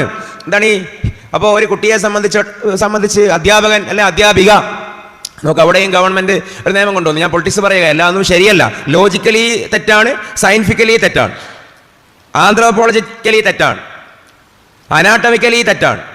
ഇവിടെ കേരളത്തിൽ അധ്യാപിക എന്നും പറയാൻ പറ്റില്ലത്രേ, അധ്യാപകൻ എന്നും പറയാൻ പറ്റില്ലത്രേ. മറിച്ച് എന്താ പറയേണ്ടത്? ടീച്ചർ എന്നാണ് പറയേണ്ടത്. ടീച്ചർ അപ്പോൾ ഒന്നുകിൽ മെയിലോ ഫീമെയിലോ മസ്കുലിനോ ആയിരിക്കില്ലേ? നമുക്കൊന്നും മനസ്സിലാവുന്നില്ല. അധ്യാപകൻ എന്നും പറയരുത്, അധ്യാപിക എന്നും പറയരുത്, ടീച്ചർ എന്ന് പറയാം. ടീച്ചർ എന്നുള്ളത് ഇംഗ്ലീഷ് ഭാഷയിൽ ഏതോ ഒരു ലിംഗത്തിലേക്ക് ചേർക്കപ്പെടുന്നതായിരിക്കും. എന്ന് പറഞ്ഞ പോലെ കുട്ടികളെ ഹീ എന്നും പറയാൻ പാടില്ല, ഷീ എന്നും പറയാൻ പാടില്ല. കാരണം ഓൻ, അവൻ എന്ന് പറയുമ്പോൾ ഇവിടെ എന്താ പറയുക? അവൻ തന്നെയല്ലേ, അവൻ എന്ന് പറയുമ്പോൾ ഈ അവൻ എന്ന് വിളിക്കപ്പെടുന്നവൻ്റെ ഉള്ളിൽ ഒരുപക്ഷെ എന്തുണ്ടായേക്കാമല്ലോ? ഒരു അവളത്വം ഉണ്ടായേക്കാമല്ലോ. അവൻ എന്ന് വിളിക്കപ്പെടുന്നവൻ്റെ ഉള്ളിൽ ഒരു പെൺ മനസ്, ഒരു സ്ത്രൈണ മനസ് ഉണ്ടെങ്കിലോ അപ്പോൾ ആ കുട്ടി മെൻ്റൽ ട്രോമയിലേക്ക് പോകില്ലേ? അപ്പോൾ 18 വയസ്സ് വരെ ആരെയും അവൻ എന്ന് വിളിക്കണ്ട, ഹീ എന്ന് വിളിക്കണ്ട. 18 വയസ്സ് വരെ ആരെയും ഷീ, അവൾ എന്ന് വിളിക്കണ്ട. കാരണം ഈ അവൾ എന്ന് വിളിക്കപ്പെടുന്ന ശരീരത്തിൻ്റെ ഉള്ളിൽ ഒരു അവനത്വം ഉണ്ടെങ്കിലോ, ഒരു ഹീനസ് ഉണ്ടെങ്കിലോ, ഒരു പൗരുഷ മനസ് ഉണ്ടെങ്കിലോ അത് ആ കക്ഷിയെ മെൻ്റൽ ട്രോമയിൽ അകപ്പെടുത്തുന്ന പ്രസ്താവനയാകും. പിന്നെന്താ നമ്മൾ വിളിക്കും? ഇപ്പം ക്ലാസ്സിൽ ഓന് എന്നും വിളിക്കാൻ പറ്റൂല, ഓള് എന്ന് വിളിക്കാൻ പറ്റൂല മലയാളത്തിൽ പറഞ്ഞാൽ. പിന്നെന്താ വിളിക്കുക? പിന്നെ നമ്മൾ ഈ പ്രയോഗം ഉണ്ടല്ലോ മലയാളത്തിൽ, ഇംഗ്ലീഷിലാണത് കൂടുതൽ കാണൽ, റെസ്പെക്റ്റീവ് പ്രൊനൗൺ എന്ന് പറയും. ബഹുമാനിച്ചിട്ട് ഒരാൾ ഒരുപാട് ആൾ എന്ന് പറയുന്നൊരു പ്രയോഗം ഉണ്ടല്ലോ മലയാളത്തിൽ. ഇപ്പോൾ ഉദാഹരണം ചട്ടമ്പി സ്വാമികൾ. ചട്ടമ്പി സ്വാമി ഒരാളേ ഉള്ളൂ, പക്ഷെ ഒരാൾ തന്നെ ഒരുപാട് ആൾ കാര്യം ചെയ്തത് കൊണ്ട് ചട്ടമ്പി സ്വാമികൾ എന്ന് പറയുന്നു. കാന ഇബ്രാഹിമും ഇല്ല എന്ന് ഖുർആൻ പറഞ്ഞ പോലെ ഒരാളാണ്, പക്ഷേ പ്രസ്ഥാനമാണ് എന്ന് പറഞ്ഞ പോലെ ഈ ഒരാളെക്കുറിച്ച് ഇംഗ്ലീഷിൽ ദേ എന്ന് പറയേണ്ടി വരും. അവർ മലബാറിൽ ഒരു ശൈലിയുണ്ട്, ഓറ് എന്ന് പറയും. ഉസ്താമാർക്ക് ചിലപ്പോൾ ഭാഷ ഉണ്ടാവും. ഓറ് വന്നോ, ഓറ് പോയോ, ഈ അവർ ലോപിച്ചിട്ടാണ് ഈ ഓറാവുന്നത്. കാങ്ങാട്ടോറ്, മാങ്ങാട്ടോറ്, കീയനോറ് എന്നൊക്കെയാണ് വലിയ വലിയ ഉസ്താമാരെ പറ്റി പറയാം. ഈ ഓർ പ്രയോഗം ഈ ദേ ആണ്, റെസ്പെക്ട് ചെയ്യുന്നതാണ്. അതേപോലെ ക്ലാസ്സിലുള്ള കുട്ടിയെ നമ്മൾ അങ്ങനെ വിളിക്കേണ്ടി വരും. ഓറ് കണക്ക് എഴുതി വന്നിട്ടുണ്ടോ, ഓറ് മലയാളത്തിൻ്റെ നോട്ട് കംപ്ലീറ്റ് ആക്കിയിട്ടുണ്ടോ എന്ന് ചോദിക്കേണ്ടി വരും. കാരണം ഇവൻ ആണുമല്ല, ഇവൻ പെണ്ണുമല്ല. ഞാൻ തമാശിക്കുകയല്ല, അത് വളരെ ഫാക്റ്റാണ്. ഇപ്പോൾ സ്കാൻഡിനാവിയ ഇവർ വലിയ പുകൾപ്പറ്റ വലിയ എന്താ പറയുക വലിയ മാതൃകാസ്ഥാനമായി കൊണ്ട് നടക്കുന്ന രാജ്യമാണ്. സ്കാൻഡിനാവിയയിലെ ഒരു ബിഷപ്പ് 3 കൊല്ലത്തെ തടവ് ശിക്ഷയ്ക്ക് വിധിക്കപ്പെട്ടു. കാരണം ഒരു കുട്ടിയെ ഷീ എന്ന സർവ്വനാമത്തിൽ അഡ്രസ്സ് ചെയ്തതാണ്. ആ കുട്ടി കംപ്ലയിൻറ്റ് ചെയ്തു, എൻ്റെ ഉള്ളിൽ എന്നെ പെണ്ണ് എന്ന് അഭിസംബോധന ചെയ്തു, പക്ഷെ എനിക്ക് ആണാകാനാണ് ഇഷ്ടം. എന്നിട്ട് കേസ് കൊടുത്തിയാണ്. ഇവിടുത്തെ പോക്സ പോലെ അവിടുത്തെ അതാണ്. എന്നിട്ട് 3 കൊല്ലം ഉള്ളിലായി അകത്തയാൾ. ഇതിവിടെ വന്ന എവിടെയോ നമ്മുടെ ശീലത്തിന് ഓൻ ഇന്നലെ വന്നില്ല എന്ന് പറഞ്ഞാൽ ആ കുട്ടിക്ക് പോയിട്ട് ചൈൽഡ് ലൈനിൽ കേസ് കൊടുക്കാം. അപ്പോൾ ഞാൻ എൻ്റെ വിഷയം ഷോർട്ടാക്കുകയാണ്. ഇങ്ങനെ 18 വയസ്സ് വരെ അവനുമല്ല അവളുമല്ല ആണുമല്ല പെണ്ണുമല്ല, കേവലം ന്യൂട്രലാണ് ജെൻഡർ എന്ന് പറയുന്ന കൺസെപ്റ്റിനാണ് ജെൻഡർ ന്യൂട്രാലിറ്റി എന്ന് പറയുന്നത്. എന്നിട്ടിപ്പോൾ 18 വയസ്സായി. 18 വയസ്സായാൽ ഈ കുട്ടിക്ക് 2 ഓപ്ഷൻ. ഇതിവിടെ നടപ്പിൽ വന്നിട്ടില്ല കേട്ടോ. എന്തുകൊണ്ടാണ് സമസ്തയെ പോലെയുള്ള SYSനെ പോലെയുള്ള സംഘടനകളും പ്രസ്ഥാനങ്ങളും ഇതിനെതിര് എന്നുള്ള ബോധവൽക്കരണമാണ് ഇവിടെ നടക്കുന്നത്. 18 വയസ്സായിട്ട് ഈ കുട്ടി ഇങ്ങനെ ചിന്തിക്കും, എനിക്കിപ്പോൾ ആണാകലാണോ നല്ലത് അതല്ല പെണ്ണാകലാണോ നല്ലത്, ഈ ഓപ്ഷനാണ്. അപ്പം ചില കുട്ടികൾക്ക് തോന്നും ആൺകുട്ടി ആവലാണ് അടിപൊളി. കാരണം എന്താ, എപ്പോഴും ഇറങ്ങിപ്പോകാം, എപ്പോഴും കയറി വരാം, കളി കാണാൻ പോകാം, കളിക്കാൻ പോകാം, വഴക്കില്ല, വക്കാണയില്ല, മൊത്തത്തിലൊരു ഫ്രീഡം കൂടുതലാണ്. അതുകൊണ്ട് ചില പെൺകുട്ടികൾക്ക് തോന്നും ആൺകുട്ടികളാവലാണ് നല്ലത്. ചില ആൺകുട്ടികൾക്ക് തിരിച്ചും തോന്നാം, പെൺകുട്ടിയാണെങ്കിൽ എപ്പോഴും ഇങ്ങനെ ഒരു പഞ്ചാരക്കിളിയായി പാറി നടക്കാം, ഉത്തരവാദിത്തം ഇല്ല, മോളെ തേനെ കരളെ എന്നൊക്കെ പറഞ്ഞ് ഇങ്ങനെ താലോലിച്ച് കൊണ്ടു നടക്കും. അപ്പോൾ ഈ ആൺകുട്ടിയായ വലിയ റിസ്ക്കാണ്, ഉത്തരവാദിത്തങ്ങളാണ്. അപ്പോൾ എനിക്ക് പെണ്ണാവാനാണ് ഇഷ്ടം, പെണ്ണാവാം. ഇങ്ങനെ അങ്ങോട്ടും ഇങ്ങോട്ടും മാറാവുന്ന ഒരു ഫ്ലെക്സിബിലിറ്റി ജെൻഡറിൻ്റെ ഇടയിൽ ഉണ്ട് എന്നാണ് അവർ സ്ഥാപിക്കാൻ ശ്രമിക്കുന്നത്. അതിന് ടെക്നിക്കൽ ഒരു പേരുണ്ട്, ജെൻഡർ ഫ്ലൂയിഡിറ്റി. ഫ്ലൂയിഡ് എന്ന് പറഞ്ഞാൽ നമുക്കറിയാലോ, ഗ്രീസൊക്കെ പോലെയുള്ളതിനല്ലേ ഫ്ലൂയിഡ് എന്ന് പറയാം. ഒരു അഴകുഴമ്പത്തരം, അങ്ങോട്ടും ഇങ്ങോട്ടും ലൂസായ സാധനങ്ങൾ. അപ്പൊ വാസ്തവത്തിൽ gender is not rigid or confirmed, but it is fluid എന്നാണ് അവിടെ വാദം. അങ്ങോട്ടും ഇങ്ങോട്ടും എളുപ്പത്തിൽ മാറാൻ മാത്രമുള്ള സൗകര്യത്തിൽ പാകതയുള്ള സാധനമാണ് ഈ ജെൻഡർ. മാനസികമായതാണല്ലോ. സബ്ജക്റ്റീവ് എന്നൊക്കെ പറയും. എൻ്റെ ടെക്നിക്കൽ ടൈം ഞാൻ കുറെ കുറക്കുകയാണ്. സബ്ജക്റ്റീവാണ് ജെൻഡർ എന്ന് അവർ പറയാറുള്ളത്. ആത്മനിഷ്ഠം ഓരോരുത്തർക്കും മനസ്സിൽ തോന്നുന്ന പോലെയാണ്. അപ്പം ഇന്ന് രാത്രി ഒരാൾക്ക് തോന്നും ആണാവണമെന്ന്, പിറ്റേന്ന് രാവിലെ തോന്നും പെണ്ണാവണമെന്ന്. ഓക്കെ, പറ്റും. മീഡിയ വണ്ണിൽ ഈ ചർച്ച ഉണ്ടായപ്പോൾ സ്മൃതിയാണ് ആ ചർച്ച എന്ന് നിയന്ത്രിച്ചത്. സ്മൃതി പരുത്തിക്കാട്. ഞാൻ ആ ചർച്ചയിൽ പങ്കെടുത്തിരുന്നു. അപ്പോൾ ഞാൻ ചോദിച്ചു, ഇങ്ങനെ ഓക്കെ, ഇനി ഒരു ജെൻഡറിലേക്ക് അങ്ങോട്ടേക്ക് മാറിയെന്ന് കൂട്ടിക്കോ, എന്നാൽ പിറ്റേന്ന് ഇങ്ങോട്ടേക്ക് മാറണം തോന്നാനുള്ള പഴുതും ഉണ്ടാവുമോ? അപ്പോൾ ആ ചോദ്യം അല്ലെങ്കിൽ ആ വിഷയം അവരുടെ തുടർ മറുപടികളിൽ നിന്ന് മനസ്സിലായത് അവർ ചിന്തിച്ചിട്ടില്ല എന്നുള്ളതാണ്. വലിയ ഫ്രീഡായിട്ട് എന്ത് കൊടുക്കുന്നു? ഒരു പെണ്ണിന് ആണാവാനുള്ള സ്വാതന്ത്ര്യം കൊടുക്കുന്നു, ആണിന് പെണ്ണാവാനും സ്വാതന്ത്ര്യം കൊടുക്കുന്നു. ഇനി പിറ്റേന്ന് ഇവർ തിരിച്ചു പറഞ്ഞാലോ എന്ത് ചെയ്യും? അങ്ങനെ പെണ്ണിനാണും ആണിന് പെണ്ണും ആവാൻ ഉള്ളൊരു ഫ്രീഡം ഇവിടെ ഉണ്ടായാൽ, ജെൻഡർ ന്യൂട്രാലിറ്റി നടപ്പിൽ വന്നാൽ, അടുത്ത സ്റ്റെപ്പാണ് ജെൻഡർ ട്രാൻസ്മിഷൻ, ട്രാൻസ്ജെൻഡറിങ് അടുത്ത സ്റ്റെപ്പാണ്. അതെന്താണെന്ന് വെച്ചിട്ടുണ്ടെങ്കിൽ, ചില ആണുങ്ങൾ പെണ്ണുങ്ങളാകും, ചില പെണ്ണുങ്ങൾ ആണുങ്ങളാകും. നമുക്കിതിനെ ഖണ്ഡിച്ച് വിട്ടാണ് ഇത് കൺക്ലൂഡ് ചെയ്യാൻ പറ്റുള്ളൂ. അതങ്ങനെ ആവുന്നതെന്ന് ആദ്യം മനസ്സിലാവണമല്ലോ. അപ്പോൾ പെണ്ണുങ്ങൾക്ക് ആണുങ്ങളാവണമെങ്കിൽ നമ്മുടെ കൊച്ചി പോയാൽ മതി. തിരുവനന്തപുരത്തുണ്ടോ എന്ന് എനിക്കറിയില്ല, മംഗലാപുരത്തുണ്ട്. 30 ലക്ഷം റുപ്യ ചിലവാണ്.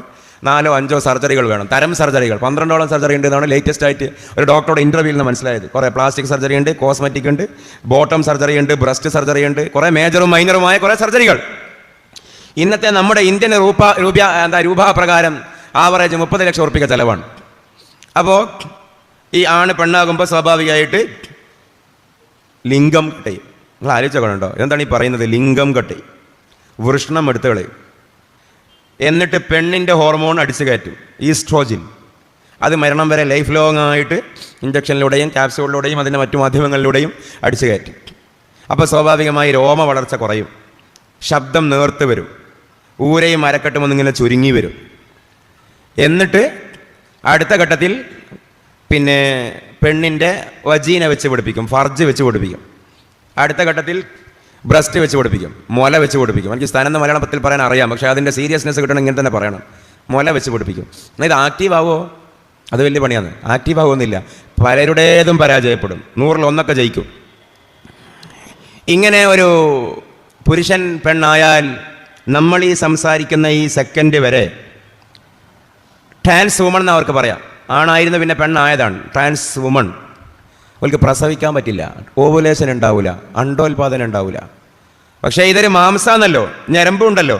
മാംസവും ഞരമ്പും ഒരുമിച്ച് കൂടുമ്പോൾ ആ ഭാഷയിൽ പറഞ്ഞാൽ ഒരു രതിമൂർച്ചയും ലൈംഗിക സുഖമൊക്കെ കിട്ടും. അത് കാലിൻ്റെ അടിയിൽ മാന്തിയാലും കിട്ടുന്ന സാധനമാണ്. പക്ഷെ ഏത് കിട്ടൂല? ഓവുലേഷൻ ഇല്ലാത്തത് കൊണ്ട് കുട്ടീനെ കിട്ടൂല ഒരു പുരുഷൻ പെണ്ണായാൽ. ഇനി ഒരു പെണ്ണെങ്ങനെ ആണാവൽ? അതും എളുപ്പമാണ്. ആദ്യം ബ്രസ്റ്റ് കട്ട് ചെയ്യുന്നു. ഇതൊക്കെ വലിയ പൊളിറ്റിക്സ് കൂടി ഉണ്ട് കേട്ടോ. ഇവിടെ ഒരാഴ്ച മുമ്പ് നമ്മളോട് തിരൂരിൽ സംവാദം നടത്തിയ കക്ഷി, അദ്ദേഹത്തിൻ്റെ സംഘടന ഹൈക്കോടതിയിൽ ഒരു കേസ് കൊടുത്തു. എന്താ കേസ് എന്നറിയാം? 18 വയസ്സിന് മുമ്പ് മുസ്ലിം സമുദായത്തിൻ്റെ ഇടയിലുള്ള ചേലാകർമ്മം നിരോധിക്കണം എന്ന് പറഞ്ഞിട്ടാണ് കേസ്. ഈ ചേല എന്ന് പറഞ്ഞാൽ ലിംഗത്തിൻ്റെ അഗ്രത്തിലുള്ള ഫോർസ്കിൻക്കാണ് പറയുന്ന കാര്യം. ഒരു ചെറിയ തൊലിയാണ്. മതമൊക്കെ അവിടെ നിൽക്കട്ടെ, ആ തൊലി കളയുന്നതിൻ്റെ സയൻറ്റിഫിക് ബെനിഫിറ്റ്സ് ഒക്കെ ഗൂഗിളിൽ അടിച്ച് നോക്കി ആർക്കും മനസ്സിലാക്കാൻ പറ്റും. ഇനി ഗൂഗിളിൽ ആൻറ്റി തീസിസും ഒരുപാടുണ്ടല്ലോ. ഇനി അതല്ല ഇതൊക്കെ പെയ്ഡ് സ്റ്റഡി ആവാലോ, പൈസ കൊടുത്തിട്ട് എഴുതിപ്പിക്കുന്ന ആവാലോ. അങ്ങനെയൊക്കെയുള്ള വാദക്കാരുണ്ടെങ്കിൽ അവിടെയും എന്തൊക്കെ മറുപടികളുണ്ട്. ഇപ്പം ഈ പെനിസ് ക്യാൻസർ, അതേപോലെ ഈ വജീന ക്യാൻസറൊക്കെ അത് ഇന്ത്യയിലൊക്കെ കുറവാണ്. അതേസമയം അത് ഈ വെളുത്ത വംശജർക്കിടയിൽ കൂടുതലാണ്. സ്റ്റഡീസ് അങ്ങനെയാണ്. ഇപ്പോൾ അമേരിക്ക, യൂറോപ്പിലൊക്കെ കൂടുതലാണ്. അവിടെയുള്ള ട്രീറ്റ്മെൻറ്റിൻ്റെ ഫസ്റ്റ് പ്രൊസീജിയർ സർക്കംസിഷനാണ് എന്ന് പറഞ്ഞാൽ നമ്മുടെ മാർഗ്ഗ കല്യാണം, സുന്നത്തിയോ നമ്മൾ പറയുന്ന പരിപാടി. ഒരാൾക്ക് ആ ഭാഗത്ത് ക്യാൻസർ ആണെങ്കിൽ ഫസ്റ്റ് പ്രൊസീജിയർ, ഇവിടെ സർജറിക്ക് കൊണ്ടുപോകുമ്പോൾ ആദ്യം ഷേവ് ചെയ്യൂലേ, ആ സ്ഥാനത്ത് നിൽക്കുന്ന പരിപാടിയാണ് എല്ലാവരും നിരുപാധികം ചെയ്തിരിക്കേണ്ടതാണ് സർക്കംസിഷൻ. അത് റിലീജിയസ്ലി പ്രാക്ടീസ് അല്ല, അത് മെഡിക്കൽ പ്രാക്ടീസായിട്ടാണ് അവിടെ അതിനെ അവർ സ്വീകരിക്കുന്നത്. എന്ത് മാത്രമേ ചെയ്യുന്നുള്ളൂ? പുരുഷൻ്റെ പെനിസിൻ്റെ വക്കത്തുള്ള ഫോർസ്കിൻ കട്ട് ചെയ്യുന്നു. അപ്പോൾ അവിടെ ഗ്ലാൻസ എന്ന് പറയും, ആ ചുവന്ന ഭാഗം, അവിടെ ഒരുപാട് പൂപ്പലുണ്ടാകും. പൂപ്പലിന് സ്മഗ്മ എന്നാണ് പറയാം. അപ്പോൾ അത് ചേലാകർമ്മം ചെയ്താൽ അത് നീക്കം ചെയ്യാൻ വളരെ എളുപ്പമാണ്, വൃത്തിയാക്കാൻ പറ്റും. ചേലാകർമ്മം ചെയ്തില്ലെങ്കിൽ ഈ സ്മഗ്മ സടിഞ്ഞ് കൂടിയിട്ട് അവിടെ പഴുപ്പുണ്ടാവും, അവിടെ പ്രശ്നം ഉണ്ടാവും, അത് ക്യാൻസറായി മാറും. ഇത് പറയുമ്പോൾ നമ്മുടെ ഇന്നാട്ടുകാർ ചോദിക്കാറുണ്ട്, അത് ഞങ്ങൾക്കൊന്നും വന്നിട്ടില്ലല്ലോ. അതുകൊണ്ടാണ് എല്ലാ നാട്ടുകാർക്കും വരണമെന്നില്ല. അത് വരുന്ന നാട്ടുകാരുണ്ട്, നിങ്ങളൊന്ന് ജസ്റ്റ് ഗൂഗിൾ ഇറ്റ്. അപ്പോൾ അത് അതിൻ്റെ ഒരു ഏറ്റവും at minimum level medical science അതിനെ സപ്പോർട്ട് ചെയ്യുന്നുണ്ട്. ഇനി അത് നമ്മുടെ ഈ മുഹമ്മദീയ സല്ലല്ലാഹു അലൈഹി വസല്ലം ഉമ്മത്തിൻ്റെ മാത്രം സ്വഭാവമല്ല, അത് ഇബ്രാഹിം നബി അലൈഹി സ്വലാത്തു വസ്സലാമിൻ്റെ കാലം മുതലുള്ള എല്ലാ സെമിറ്റിക് സമൂഹങ്ങളിലും യഹൂദരിലും നസാറാക്കളിലും ഒക്കെ ഉണ്ട്. വഇദ് ബതലാ ഇബ്രാഹിം റബ്ബുഹു ബികലിമാത്തിൻ ഫഅതമ്മഹുൻ വഖാൽ, ഇതാണ് ഖാൽ ഇന്നി ജാഇലുക ലിന്നാസി ഇമാമാ ഖാല വമിൻ ദുർരിയതി ഖാല ലാ യനാലു അഹദി الظالمീൻ. എല്ലാം കൂടി പറയുമ്പോൾ നേരെയില്ല. ഇബ്രാഹിം നബി അലൈഹി സ്വലാത്തു വസ്സലാമിന് അള്ളാഹു ഏർപ്പാടാക്കി കൊടുത്ത കുറേ നിയമങ്ങളുണ്ട്. താടി നീട്ടി വളർത്തുക, മീശ കട്ട് ചെയ്യുക, ഗുഹ്യരോമം വടിക്കുക, അല്ലേ വെട്ടുക, കക്ഷം രോമം വെട്ടുക, വടിക്കുക, ചേലാകർമ്മം ചെയ്യുക. ഇതൊക്കെ വൃത്തിൻ്റെ, ജെന്യൂനിറ്റീൻ്റെ, ഹൈജനിക് ജെന്യൂനിറ്റീൻ്റെ പരമമായ ഭാവമല്ലേ. ഞാൻ പറയുന്നത് ഇങ്ങനെ വൃത്തിയെ പരിപാലിക്കാനും പരിപോഷിപ്പിക്കാനും ലിംഗത്തിൻ്റെ വക്കത്തുള്ള തൊലി കട്ട് ചെയ്യുന്നതിനെ എതിർക്കാൻ കോടതിയിൽ പോകുന്ന ആൾക്കാരാണ് എന്തിനെ സപ്പോർട്ട് ചെയ്യുന്നത്? ലിംഗം തന്നെ അടിയെ ചരണ്ടി മാന്തി കുണ്ടാക്കുന്നതിനെ സപ്പോർട്ട് ചെയ്യുന്നത്. നിങ്ങളൊന്ന് ആലോചിച്ചത്, മലയാളി പത്രമല്ലേ ഉള്ളൂ. ഫോർസ്കിൻ, പെനിസിൻ്റെ ഫോർസ്കിൻ കട്ട് ചെയ്യുന്നത് പാതകമാണ്, നിരോധിക്കണമെന്ന് പറയുന്നവർ, അതിനുവേണ്ടി കോടതിയിൽ പോകുന്നവർ, കോടതിയുടെ ഇപ്പുറത്തെ മുറ്റത്ത് വെച്ച് പ്ലേക്കാർഡും വെച്ച് എന്താ പരിപാടി? ജെൻഡർ ട്രാൻസ്മിഷൻ ആധുനികമാണ്, ക്യാമ്പയിനാണ്. എന്താണ് ഈ പരിപാടി? ഫോർസ്കിൻ അല്ല, സ്കിൻ മാത്രവുമല്ല, ആ സാധനം തന്നെ ഇല്ലായ്മ ചെയ്യുന്നു. പ്രകൃതി വിരുദ്ധ അതല്ലേ എന്ന് പറഞ്ഞ പോലെ പെണ്ണാണാകുമ്പോൾ ബ്രസ്റ്റ് കട്ട് ചെയ്യുന്നു. ആണിൻ്റെ ഹോർമോൺ ഈസിസ്ട്രോജിൻ, ടെസ്റ്റോസ്റ്റിറോൺ അത് സ്വീകരിക്കുന്നു. എന്നിട്ട് ലിംഗം വെച്ച് പിടിപ്പിക്കുന്നു. ലിംഗമൊക്കെ വെച്ച് ഇവർ തന്നെ സമ്മതിക്കുന്ന ഒരുപാട്, ഞാൻ ഈ വിഷയം പലയിടത്തും പറയുന്നത് കൊണ്ട് അവരുടെ ഏറെക്കുറെ ഇൻ്റർവ്യൂ ഞാൻ അപ്ഡേഷൻ വരുത്തലുണ്ട്. ഇതേവരെ ഈ സെക്ഷൽ റീ അഷുർമെൻ്റ് സർജറി ലോകത്തൊരിടത്തും പൂർണ്ണമായിട്ട് വിജയിച്ചിട്ടില്ല. ഇപ്പോഴും മെനയാന്നെങ്ങാനും ഒരു ട്രാൻസ് വുമൺ കരയുന്നത് കണ്ടു, വേദനിച്ചിട്ട്, മൂത്രയിക്കുമ്പോൾ വേദനിച്ചിട്ട് നിൽക്കാൻ വയ്യാന്നും പറഞ്ഞിട്ട്. ഈ ലിംഗമൊന്നും സപ്പോർട്ടാവൂല. ഞാൻ നേരത്തെ പറഞ്ഞതുപോലെ ഇങ്ങനെ ഒരു ആണ് പെണ്ണായാൽ ഗർഭം ധരിക്കാൻ പറ്റില്ല എന്ന് പറഞ്ഞതുപോലെ ഒരു പെണ്ണ് ആണായാൽ സ്പേം ഉണ്ടാവില്ല, ഇന്ദ്രിയം ഉണ്ടാവില്ല. പിന്നെന്തിനാത്? ഇല കൊഴിഞ്ഞ മരം കവിതയിൽ വരുമോ? പൂവില്ലാത്ത തോട്ടം കാൽപ്പനികതയിൽ വരുമോ? ഗർഭം ധരിക്കാൻ പറ്റാത്ത പെണ്ണ് പെണ്ണാണോ? ഗർഭമാക്കി കൊടുക്കാൻ പറ്റാത്ത ആണ് ആണാണോ? ഇതാണ് വലിയ ഫാഷനായി കൊണ്ടു നടക്കുന്നത്. കേരളത്തിൽ ഒരു മുലയരിഞ്ഞ കഥയുണ്ടായിരുന്നു പണ്ട്. ഇവരൊക്കെ എന്താണ് വിചാരിച്ചത്? സവർണ മാടമ്പി തമ്പുരാക്കന്മാരുടെ, നമ്പൂതിരിമാരുടെ, നമ്പൂതിരിപ്പാടുമാരുടെ, ഭട്ടതിരിപ്പാടുമാരുടെ ദർശന സുഖങ്ങൾക്ക് വേണ്ടി തുറന്നിട്ട് കൊടുക്കൽ നിർബന്ധമായിരുന്നു ഒരു കാലത്ത്. മലയാള സ്ത്രീകളുടെ മുലക്കണ്ണുകൾ, നിപ്പിൾസ് മറക്കാൻ സ്വാതന്ത്ര്യം ഉണ്ടായിരുന്നില്ല. കീഴാള സ്ത്രീകളുടെ, ദളിത് പിന്നോക്ക അധസ്ഥിത സ്ത്രീകളുടെ മുലക്കണ്ണ് ഈ പറയപ്പെട്ട സവർണ മാടമ്പി തമ്പുരാക്കന്മാർക്ക് ദർശന സുഖത്തിന് വേണ്ടി അനാച്ഛരിതമായി അവരുടെ മുമ്പിൽ സമർപ്പിക്കേണ്ടതായിരുന്നു. അവരിങ്ങനെ വരുമ്പോൾ ഇതിങ്ങനെ തുറന്ന് കാണിച്ചു കൊടുക്കണം. അവർക്കൊരു രസമാണ്. എന്നിട്ട് അവർ പറയുമെന്നാണ്, ചെറുതാൻ്റെത് കുറച്ച് വലുതായിക്കോട്ടോ, ഇതിന് മുമ്പ് കാണുമ്പോൾ ഇത്ര ഇല്ലായിരുന്നു. അപ്പോൾ പറയും മറുതാൻ്റെത് കാണണം തമ്പ്യാറ, ഇതിനേക്കാളും മണ്ണുണ്ട് എന്ന് പറയും. അപ്പോൾ മറുതാനെ പിടിക്കുക. ഇതാണ് കേരളത്തിൽ 200, 300, 400 കൊല്ലം ഇവിടെ ഉണ്ടായിരുന്ന സോഷ്യൽ പ്രാക്ടീസാണ്, മാൽ പ്രാക്ടീസാണ്. അങ്ങനെ സഹികെട്ട് സ്വന്തം മുല അരിഞ്ഞു കൊടുത്ത പെണ്ണുണ്ട് ഇവിടെ കേരളത്തിൽ. ഈ ട്രാൻസ്ജെൻഡേഴ്സ് പ്രസവം കേവലം ഒറ്റപ്പെട്ട സംഭവമല്ല. അല്ലെങ്കിൽ ട്രാൻസ്ജെൻഡറിങ്, ബ്രസ്റ്റ് കട്ടിങ് ഇവിടെ വാർത്തയാകുമ്പോൾ അറിയണം, ഒരു പൊളിറ്റിക്കൽ റവല്യൂഷൻ ഉണ്ടായിട്ടുണ്ട് ഇവിടെ ഈ സ്ഥലം അരിഞ്ഞതിന്റെ പേരിൽ. ഇവിടെയാണ് ആലപ്പുഴയിലെ ചേർത്തലയിലെ കണ്ടപ്പന്റെ ഭാര്യ നങ്ങേലിയ ബ്രസ്റ്റ് അരിഞ്ഞു കൊടുത്തത്, മുല അരിഞ്ഞു കൊടുത്തത്. മുലക്കണ്ണ് നിപ്പിൾ മറച്ചതിന്റെ പേരിൽ കപ്പം പിരിക്കാൻ വന്നതാ നാട്ടുവാഴിയുടെ കിങ്കരന്മാര്. എൻ്റെ മുലയല്ലേ തമ്പ്രാന്റെ പ്രശ്നം, അത് കാണിച്ചു എന്നുള്ളതല്ലേ, അത് മൂപ്പർക്ക് കാണാൻ കിട്ടിയില്ല എന്നുള്ളതല്ലേ പ്രശ്നം. ആ പെണ്ണ് പ്രതിഷേധത്തിന്റെ കല്ലിച്ച ഭാവത്തിൽ മുഴല്ല രണ്ടും അരിഞ്ഞെടുത്ത് പാളയിൽ വെച്ച് കൊടുത്തിട്ട് പറഞ്ഞു, ഇത് തമ്പ്രാനോട് തിന്നാൻ പറ, എന്താന്ന് വെച്ചാൽ ചെയ്താൻ പറ. ചോര വാർന്ന് മരിച്ചു നങ്ങേലി. നങ്ങേലിയുടെ ചിതയിൽ ഭർത്താവ് കണ്ടപ്പൻ ആത്മഹത്യ ചെയ്തു, ചാടി മരിച്ചു.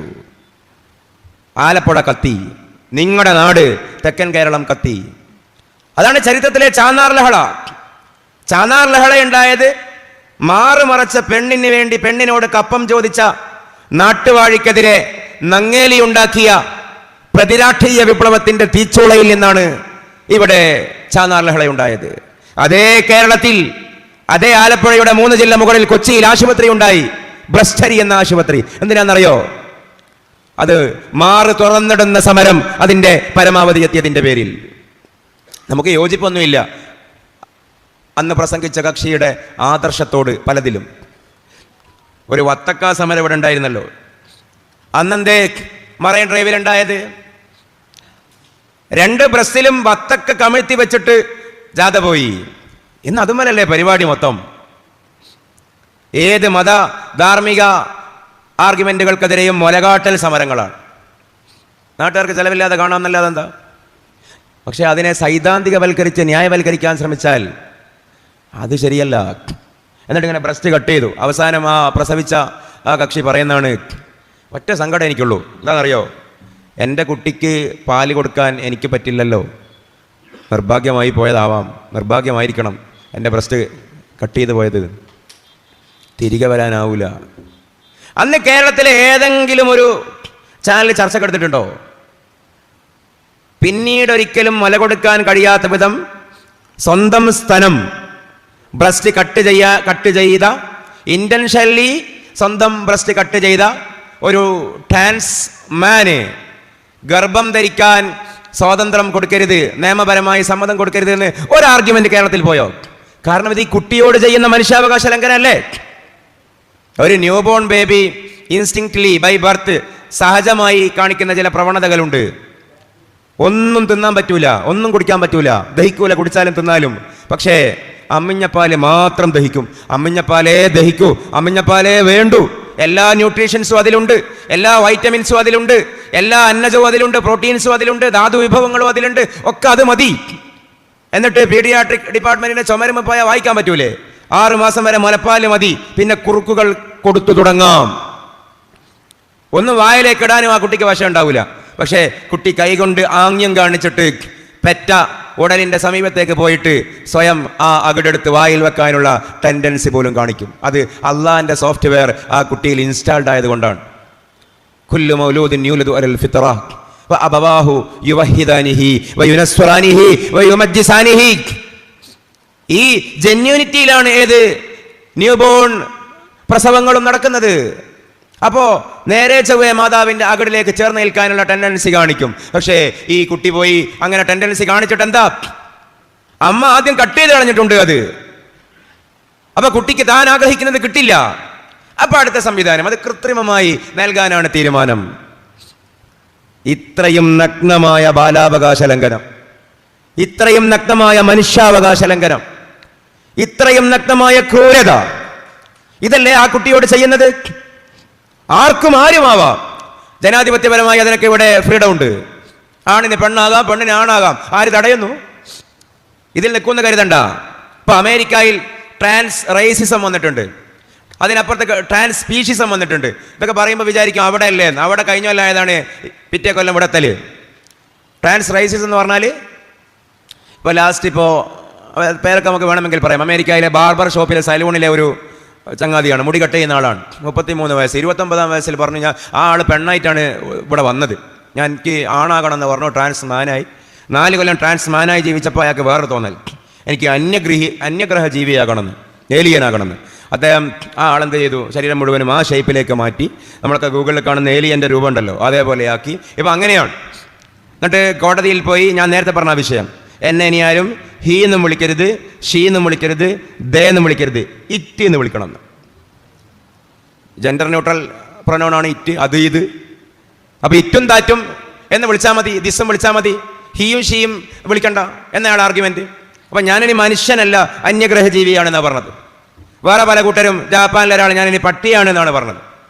എന്നിട്ട് ഡ്രസ്സൊക്കെ മാറ്റി അയാളിപ്പോൾ കാലായി പരികൽപ്പിച്ചിട്ട് ഇങ്ങനെയാണ് നടക്കുന്നത്. അതൊക്കെ അഡ്വഞ്ചറിസം ആവാം, അതിസാഹസികതയാവാം, അത് മെൻ്റൽ ഡീവിയേഷൻ ആവാം. ഇപ്പം കെപ്ലോമാനിക്സ് എന്ന് പറഞ്ഞൊരു വിഭാഗമുണ്ട്. എന്താണെന്നറിയോ? ഒരു മോഷണം ഓറിയൻറ്റേഷൻ അയാൾക്ക് എന്തെങ്കിലും കക്കണം. അങ്ങനെയുള്ള ആളുകൾക്ക് സംഘടനയുണ്ട്. എന്തിനൊക്കെ സംഘടന ഉണ്ടെന്നറിയോ? ഇവിടെ വലിയ ഇത്തരത്തിലുള്ള ഈ ട്രാൻസ്ജെൻഡേഴ്സിനെയും ഈ സെക്ഷൽ മൈനോറിറ്റീസിനെയൊക്കെ പോറ്റി പാലൂട്ടുന്ന കുറേ സംഘടന ഉണ്ടല്ലോ, കിയറിത് എന്നൊക്കെ പറയുന്ന. എന്ന് പറഞ്ഞ പോലെ ലോകാടിസ്ഥാനത്തിലുള്ള ഒരു സംഘടനയാണ് കെപ്ലോമാനിക്സിന് വേണ്ടി ഒരു സംഘടന. എന്തെങ്കിലും കക്കണം, ഞങ്ങൾക്ക് എന്തെങ്കിലും കട്ടേ പറ്റൂ. പോലീസ് പിടിക്കുന്നതാണെങ്കിൽ അടുക്കളയിൽ പോയിട്ട് ഭാര്യ കാണാതെ ഒരു കഷ്ണം മീനെങ്കിലും കട്ടുന്നതാണ്.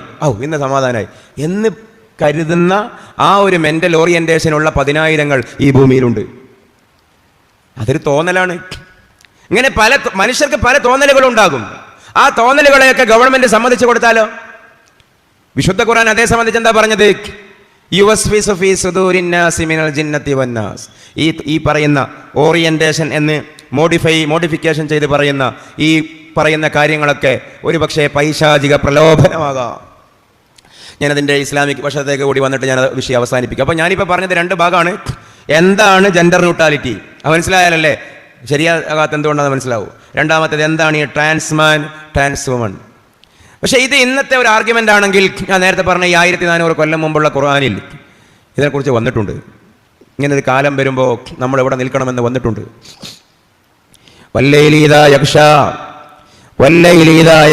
വന്നഹാരി ഇദാ തജല്ലാ വമാ ഖലഖൽ ദക്കറ വൽ ഉൻസാ ഇന്ന സഅയകും ലശത്താ.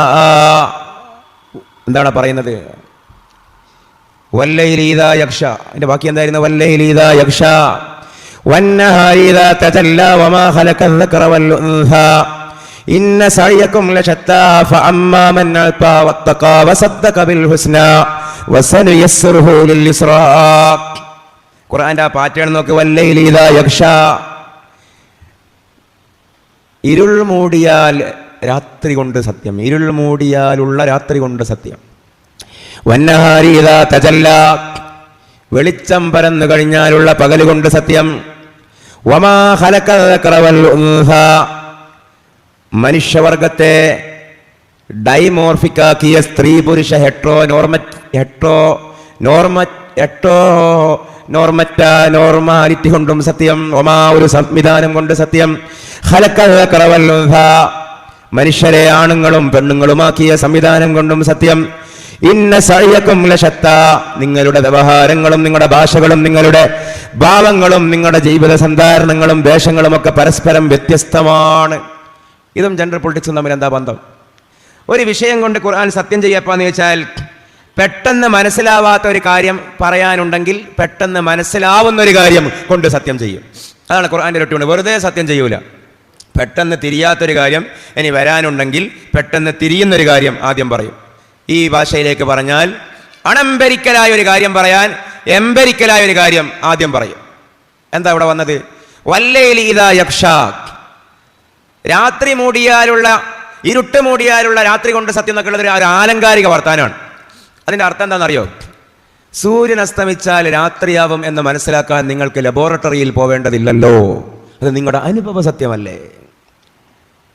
ഇദാ ലം തകുനി ശംസു താലിഅതൻ ഫല്ലൈലു മൗജൂദുൻ. അതാണിത്. വല്ലൈലി ഇദാ യഗ്ഷാ. സൂര്യൻ അസ്തമിച്ചാൽ ഇവിടെ ഇരുട്ടാണെന്ന കാര്യം മനസ്സിലാക്കാൻ വലിയ പണിയുണ്ടോ? അത് എംപെരിക്കലല്ലേ, അനുഭവപരമായ സത്യമല്ലേ? വന്നഹാരി ഇദാ തജല്ലാ ഇദാ തലഅത്തി ശംസു ഇദാ കാനത്തി ശംസു താലിഅതൻ ഫന്നഹാറു മൗജൂദുൻ. രാവിലെ സൂര്യൻ ഉദിച്ചാൽ പകലാണെന്ന കാര്യം മനസ്സിലാക്കാനും നിങ്ങൾക്ക് വലിയ പണിയുണ്ടോ? വെയിലുണ്ടാകും സൂര്യൻ ഉദിച്ചാൽ, ഇത് മനസ്സിലാക്കാൻ വലിയ പണിയുണ്ടോ? ഇല്ലല്ലോ. വന്നഹാരി ഇദാ തജല്ലാ. ആദ്യം എല്ലാവർക്കും മനസ്സിലാവുന്ന രണ്ട് കാര്യം പറഞ്ഞു, എന്നിട്ട് കുറച്ച് സങ്കീർണമായ കാര്യം. വമാ ഖലഖൽ ദക്കറ വൽ ഉൻസാ. ലോകത്തെ എല്ലാ ജീവികളെ എടുത്ത് പരിശോധിച്ച് നോക്കിയാൽ രണ്ട് ജാതി ജീവികളാണ് ഉണ്ടാവുക. ഒന്നുകിൽ മോണോമോർഫിക് എന്ന് പറയും, അല്ലെങ്കിൽ ഡൈമോർഫിക് എന്ന് പറയും. മോണോമോർഫിക് എന്ന് പറഞ്ഞാൽ അത് ഒരു ശതമാനമേ ഉള്ളൂ, 99 മറ്റേതാണ്. ഒരു ശരീരത്തിൽ തന്നെ ആണും പെണ്ണും അതുണ്ട്. കടൽ കുതിരയൊക്കെ എക്സാമ്പിളാണ്. അതിൻ്റെ മെയിൽ വേഷണം ഫീമെയിൽ വേഷണം ഒന്ന് തന്നെയാണ് മോണോമോർഫിക്. 99% ഡൈമോർഫിക്കാണ്. അതിനെ ഹെട്രോനോർമറ്റീവിറ്റി, ആണെന്ന് വേറെ പെണ്ണെന്ന് വേറെ എന്ന് പറയുന്നത്. വമാ ഖലഖൽ ദക്കറ വൽ ഉൻസാ. മനുഷ്യരെ ഈ ഡൈമോർഫിക്കാക്കിയ സംവിധാനം കൊണ്ടും സത്യം. അപ്പോൾ ഒന്നുകിൽ ആണാണ് അല്ലെങ്കിൽ പെണ്ണാണ്, ഒന്നുകിൽ ആണാണ്, ഒന്നുകിൽ ദക്കറാണ് മെയിലാണ്, അല്ലെങ്കിൽ ഉൻസ ഫീമെയിലാണ്. മെയിലുമല്ല ഫീമെയിലുമല്ലാത്ത ന്യൂട്രൽ ജെൻഡറായ ഒരു കാറ്റഗറി ഇല്ല. വമാ ഖലഖൽ ദക്കറ വൽ ഉൻസ. അങ്ങനെ ഇല്ല എന്ന് അവിടെ വന്നിട്ടില്ലാലോ എന്ന് ആർക്കെങ്കിലും സംശയം ഉണ്ടെങ്കിൽ അഹ്ലുസുന്നയും അവരല്ലാത്തവരും തമ്മിലുള്ള വ്യത്യാസം അതാണ്. ഖുർആന്റെ തഫ്സീറിന് ഒരു ഉസൂലുണ്ട്, തോന്നിയ പോലെ വ്യാഖ്യാനിക്കാൻ പറ്റില്ല. അത് പ്രകാരം അൽ ബയാനു ഫീ മഹല്ലി തഫ്സീലി യുഫീദുൽ ഉമൂമ എന്ന് പറയും. ഒരു കാര്യം വിശദീകരിച്ച് പറയുന്നിടത്തുള്ള പ്രതിപാദനം അതിൻ്റെ പരമാവധിയെ അർത്ഥം കുറിക്കും. അപ്പം മനുഷ്യരെ കുറിച്ച് പറയുന്നതാണ്. ഒന്നുകിൽ ആണാണ് അല്ലെങ്കിൽ പെണ്ണാണ്. ആണും പെണ്ണുമല്ലാത്ത മറ്റൊന്നുണ്ടോ എന്ന് ചോദിച്ചാലില്ല. ഒന്നുകിലാണ് അല്ലെങ്കിൽ പെണ്ണ്. എന്നിട്ടോ ഈ ആണുങ്ങൾക്ക് പെണ്ണുങ്ങളാകാൻ പറ്റില്ല, പെണ്ണുങ്ങൾക്ക് ആണുങ്ങളാകാനും പറ്റില്ല. കാരണം ഇന്ന സഅയകും ലശത്താ. അറബ് നഹ്വ് വ്യാകരണം അറിയുന്നവർക്ക് പെട്ടെന്ന് മനസ്സിലാവും.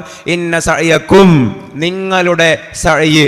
സഅയിന് അധ്വാനം, ജോലി, വ്യാപാരം, സന്ധാരണം, ഭാവം, ഭാഷ, ഇടപെടലുകൾ, എല്ലാ അർത്ഥമുള്ള സാധനമാണ് സഅയ്. എല്ലാ അർത്ഥമുണ്ട്. മനുഷ്യന് അവൻ്റെ സഴിയല്ലാതെ ഒന്നും പരലോകത്തിൽ ഖബറിൽ ഉണ്ടാവില്ല എന്നില്ലേ ഖുർആനിൽ അവർ ഉദ്ധരിക്കുന്ന ആയത്താണല്ലോ. എന്താ ഈ സഴി? പറച്ചൽ പെട്ടു, മിണ്ടൽ പെട്ടു, മിണ്ടാതിരിക്കൽ പെട്ടു, ജീവിതത്തിൻ്റെ എല്ലാ ഭാഗവും പെട്ടു. ലൈസൽ ഇൻസാനി ഇല്ലാ മാ സഅ. അതാണ് ഈ സഴി. അപ്പൊ ഇന്ന സഅയക്കും, നിങ്ങളുടെ ലൈഫ് സ്റ്റൈൽ ലശത്ത, വ്യത്യസ്തമാണ്. ഈ കും എന്ന സർവനാമം അറബി അറിയാത്തവർ ഇംഗ്ലീഷ് അറിയുന്നുവെങ്കിൽ അവർക്ക് ഇത് മനസ്സിലാവാൻ പറയട്ടെ. കും എന്ന് പറഞ്ഞാൽ യുവർ, നിങ്ങളുടെ ലൈഫ് സ്റ്റൈൽ വ്യത്യസ്തമാണെന്ന് പറഞ്ഞാൽ ആരാണ് ഈ നിങ്ങൾ തൊട്ട് മുമ്പ് വന്നിട്ടുണ്ട്. മനുഷ്യരുടെ ലൈഫ് സ്റ്റൈൽ വ്യത്യസ്തമാണ് എന്നല്ല പറഞ്ഞത്. ഖലഖൽ ദക്കറ വൽ ഉൻസ, തൊട്ട് മുമ്പ് രണ്ട് വിഭാഗത്തെക്കുറിച്ചാണ് പറഞ്ഞത്. അപ്പൊ ഇന്ന സഅയക്കും, പുരുഷന്മാരെ നിങ്ങളുടെ ലൈഫ് സ്റ്റൈൽ വ്യത്യസ്തമാണ്. സ്ത്രീകളെ നിങ്ങളുടെ ലൈഫ് സ്റ്റൈൽ വ്യത്യസ്തമാണ്. From that of woman, from that of man. ആണുങ്ങളത് പെണ്ണുങ്ങളിൽ നിന്നും വ്യത്യസ്തമാണ്, പെണ്ണുങ്ങളത് ആണുങ്ങളിൽ നിന്നും വ്യത്യസ്തമാണ്. അതാണ് അതിന്റെ നെഹവി മാന. ഇന്ന സഅയകും ലശത്താ. ളമീറിന്റെ മർജിഇലൈഹി പറയുമ്പോൾ അതിന്റെ മുജാവിറായ സാധനം അത് മുജ്മലാണെങ്കിൽ അതിന്റെ മാന മുജ്മലായിരിക്കും. അതിന്റെ മുജാവിറായ മർജിഇലൈഹി മുഫസ്സലാണെങ്കിൽ ളമീറിന്റെ മാന മുഫസ്സലായിരിക്കും. ഇവിടെ ഇതിന്റെ മർജിഇലൈഹി ഇവിടെ അൽ ഉൻസ, അൽ ദക്കർ വൽ ഉൻസ എന്ന മുഫസ്സലാണ്. രണ്ടും രണ്ടായിട്ടാണ് പറഞ്ഞത്. അപ്പൊ ഈ കുമ്മും രണ്ടും രണ്ടാണ്. പുരുഷന്മാരുടെ ലൈഫ് സ്റ്റൈൽ പെണ്ണുങ്ങളെ പോലെയല്ല, പെണ്ണുങ്ങളുടെ ലൈഫ് സ്റ്റൈൽ ആണുങ്ങളെ പോലെയല്ല എന്ന് പരിശുദ്ധ ഖുർആൻ. അപ്പൊ ഏത് ജെൻഡർ പൊളിറ്റിക്സ് വന്നാലും ആണുങ്ങളെ പോലെയാകാൻ പെണ്ണുങ്ങൾക്കോ പെണ്ണുങ്ങളെ പോലെയാകാൻ ആണുങ്ങൾക്കോ സ്വാതന്ത്ര്യമില്ല. പിന്നെ അതൊരു സ്വാതന്ത്ര്യ നിഷേധമാണോ അല്ല എന്നുള്ളതാണ് അടുത്തൊരു വിഷയം. ഞാൻ പെട്ടെന്ന് കൺക്ലൂഡ് ചെയ്യും. എന്നിട്ട് നിങ്ങൾക്ക് എന്താ പറയാനുണ്ട് അതും കഴിഞ്ഞിട്ട് നമുക്ക് പോകാലോ. ഇങ്ങനെ ഞങ്ങൾ സമ്മതിക്കൂല എന്നൊക്കെ പറയുമ്പോൾ അതൊരു മനുഷ്യാവകാശ ലംഘനമാവില്ലേ? പക്ഷെ അത് പ്രകൃതി വിരുദ്ധമായത് കൊണ്ടാണ്. അധ്യാപകനും അധ്യാപിക എന്നും പറയാൻ പറ്റൂല എന്ന് പറഞ്ഞിട്ട് ഈ ടീച്ചർ ക്ലാസ് പോയിട്ട് ബയോളജി എടുക്കുമ്പോൾ എന്താ പറയൽ? ഇനിയിപ്പോൾ എൻ്റെ അടുത്ത ചോദ്യം ഞാൻ നേരത്തെ എന്താ ചോദിച്ചെന്നോ, ഒരു ന്യൂ ബോൺ ബേബി ആണാണോ പെണ്ണാണോ നമ്മൾ തിരിച്ചറിയാൻ എങ്ങനെയാണ്? എൻ്റെ രണ്ടാമത്തെ ക്വസ്റ്റ്യൻ. അറിയുന്ന ഒരുപാട് ആൾക്കാരുണ്ടാവും, അവർ എന്നോട് സോറി, ഒരു കുട്ടി ആണും പെണ്ണും എങ്ങനെയാണ് ഗർഭാശയത്തിലാവുന്നത്? അതിനൊരു സെൻസ് ഉണ്ടാവുമല്ലോ, എങ്ങനെയാവുന്നത്? ഞാൻ നേരത്തെ പറഞ്ഞു, ഒരു ആണ് പെണ്ണാകുമ്പോൾ ഒരു പെണ്ണ് ആണാകുമ്പോൾ അത് അവൻ്റെ അല്ലെ അവിടെ ശരീരത്തിലുള്ള 3.5 കോടി 4 കോടി കോശങ്ങൾക്കെതിരായ സമരമാണ്. 37 ദശലക്ഷം അവൻ്റെ ശരീരത്തിലെ സെല്ലുകൾക്കെതിരായ സമരമാണ്. കാരണം ഓരോ കോശത്തിൻ്റെ ഉള്ളിൽ ക്രോമസോമുകൾക്കുള്ളിൽ DNA-കൾക്കുള്ളിൽ ജീനുകൾക്കുള്ളിൽ ഉണ്ട് ആണോ പെണ്ണോ എന്നുള്ള ക്ലാസിഫൈഡ് അവൻ്റെ അവളുടെ മാനസികമായ ഭാവങ്ങളെ പോലും സ്വാധീനിക്കുന്ന, എല്ലാത്തിനെയും സ്വാധീനിക്കുന്ന രാസത്വരകങ്ങൾ ഇവൻ്റെ ഉള്ളിലുണ്ട്, ഇവിടെ ഉള്ളിലുണ്ട്. പിന്നെ എങ്ങനെയാ അത് ഇല്ലാതാക്കാൻ പറ്റുമോ? ഒരാളുടെ ബോഡിയിൽ 3.5 കോടി കോശം ഉണ്ടെന്ന് കൂട്ടിക്കോ, ആവറേജ് കണക്ക്. ഒരു കോശത്തിൻ്റെ അകത്ത് 46 ക്രോമസോമുകൾ ഉണ്ടാകും. ഇതൊക്കെ നിങ്ങൾ നമ്മുടെ ഒരു നല്ല കാര്യം ചിന്തിക്കുന്നതാണ്. ഫിക്റു സാഅത്തിൻ ഖൈറും മിൻ ഖിയാമിലൈൽ, കുറച്ച് നേരം നല്ല കാര്യം ചിന്തിക്കലാണ് രാത്രി മൊത്തം നിന്ന് നിസ്കരിക്കുന്നതിനേക്കാളും ഉത്തമമെന്ന് മുഹമ്മദ് റസൂലുള്ളാഹി സ്വല്ലല്ലാഹി അലൈഹി വസല്ലം. അള്ളാഹു എങ്ങനെയാണ് നമ്മൾ ഉണ്ടാക്കിയെന്നത് മാത്രമാണ് പറയുന്നുള്ളൂ. ഒരു മനുഷ്യൻ്റെ ശരീരത്തിൻ്റെ ഉള്ളിൽ 3.5 കോടി കോശം ഉണ്ടെങ്കിൽ ഓരോ കോശത്തിൻ്റെ അകത്ത് 46 ക്രോമസോമുകൾ. 46 ക്രോമസോമുകളിൽ 2 ക്രോമസോം ലൈംഗിക കോശം എന്ന് പറയും. അതിനെക്കുറിച്ച് ഞാൻ ലളിതമാക്കി പറയാൻ പറ്റുന്നത്ര. പെണ്ണിൻ്റെ ലൈംഗിക കോശമാണ് അണ്ഡം, ആണിൻ്റെ ലൈംഗിക കോശമാണ് ബീജം. ഈ ആണും പെണ്ണും തമ്മിൽ ബന്ധപ്പെടുമ്പോൾ ഈ പെണ്ണിൻ്റെ അണ്ഡത്തോട് ആണിൻ്റെ ബീജം ചെന്ന് ചേരുകയാണല്ലോ ചെയ്യുന്നത്. അപ്പോൾ അതിൻ്റെ ഒരു പാറ്റേൺ ഉണ്ട്. പെണ്ണിൻ്റെ ആകെ ഒരു കോശം എടുത്ത് നോക്കിയാൽ അതിൻ്റെ അകത്തുള്ളതാണ് ഞാൻ പറയുന്നത്, 46 ക്രോമസോം ഉണ്ടാകും. പക്ഷേ അണ്ഡം അതൊരു ലൈംഗിക കോശമാണ് പെണ്ണിൻ്റെ, അതിൻ്റെ അകത്ത് 23 ക്രോമസോമേ ഉണ്ടാകൂ. പുരുഷൻ്റെ ബീജം അതിൻ്റെ അകത്ത് 23 ക്രോമസോമുകളെ ഉണ്ടാകൂ. അള്ളാഹിൻ്റെ സംവിധാനമാണ്. ബാക്കി ഏതിലും 46. പക്ഷെ ആണും പെണ്ണും തമ്മിൽ അങ്ങോട്ടും ഇങ്ങോട്ടും കൂട്ടിമുട്ടുന്നത് അണ്ഡവും ബീജവുമാണ്. അതിൻ്റെ ഉള്ളിൽ അതിൻ്റെ നേർപകുതി 23. ഇത് രണ്ടും കൂടിയിട്ട് വേണം 46 ആകാൻ. ഈ പെണ്ണിൻ്റെ 23ൻ്റെ ഘടന എങ്ങനെയാണ്? 22 സൊമാറ്റിക് ക്രോമസോമും ഒരു എക്സ് ക്രോമസോമും എന്ന് പറയും. സൊമാറ്റിക് ക്രോമസോം പറഞ്ഞാൽ ഏകഘടനാ ക്രോമസോം അല്ലെങ്കിൽ സമഭാവന ക്രോമസോം. ഞാൻ സങ്കീർണമാക്കുന്നില്ല. 22 സൊമാറ്റിക് പ്ലസ് ഒരു എക്സ് ക്രോമസോം. ആണിൻ്റെ ബീജം എടുത്ത് നോക്കിയാൽ, ആണിൻ്റെ ബീജം എന്ന് പറഞ്ഞാൽ ഒരു തവണ നമ്മൾ വിസർജിക്കുന്ന ശുക്ലം ഉണ്ടല്ലോ, ഇന്ദ്രിയത്തുള്ളി, അതിൽ ദശലക്ഷക്കണക്കിന് ബീജകോശം ഉണ്ടാവും. അതിൽ നിന്ന് ഒരു കോശമാണ് പെണ്ണിൻ്റെ അണ്ഡത്തോട് ചേരുന്നത്. എന്ന് പറഞ്ഞാൽ കോടിക്കണക്കിന് മക്കളുണ്ടാവാൻ മാത്രം പാകതയുള്ള സാധനമാണ് ഒരു സ്ഖലനത്തിൽ പുറത്തു പോകുന്നത്. കോടിക്കണക്കിന് മക്കളെ ഉണ്ടാക്കാൻ അതിന് ശക്തിയുണ്ട്. അതിൽ നിന്ന് ഒരു സാധനം. അതുകൊണ്ടാണ് അവിഹിത ബന്ധമൊക്കെ ഹറാമായത്, വേണ്ടാത്ത വൃത്തിയിലുള്ള ഇന്ദ്രിയ സ്ഖലനങ്ങൾ ഹറാമായത് അതുകൊണ്ടാണ്. അപ്പോൾ ഈ ഒരു ബീജകോശത്തിൻ്റെ അകത്തുള്ളത് 22 സൊമാറ്റിക് പ്ലസ് ഒരു വൈ ക്രോമസോമാണ്. ചിലതിൻ്റെ കൂടെ ഉണ്ടാവുക 22 സൊമാറ്റിക് പ്ലസ് ഒരു എക്സ് ക്രോമസോമാണ്. അപ്പോൾ സങ്കീർണം ആയും തോന്നുന്നു. ഇത്ര ഇങ്ങനെ മനസ്സിലാക്കുക.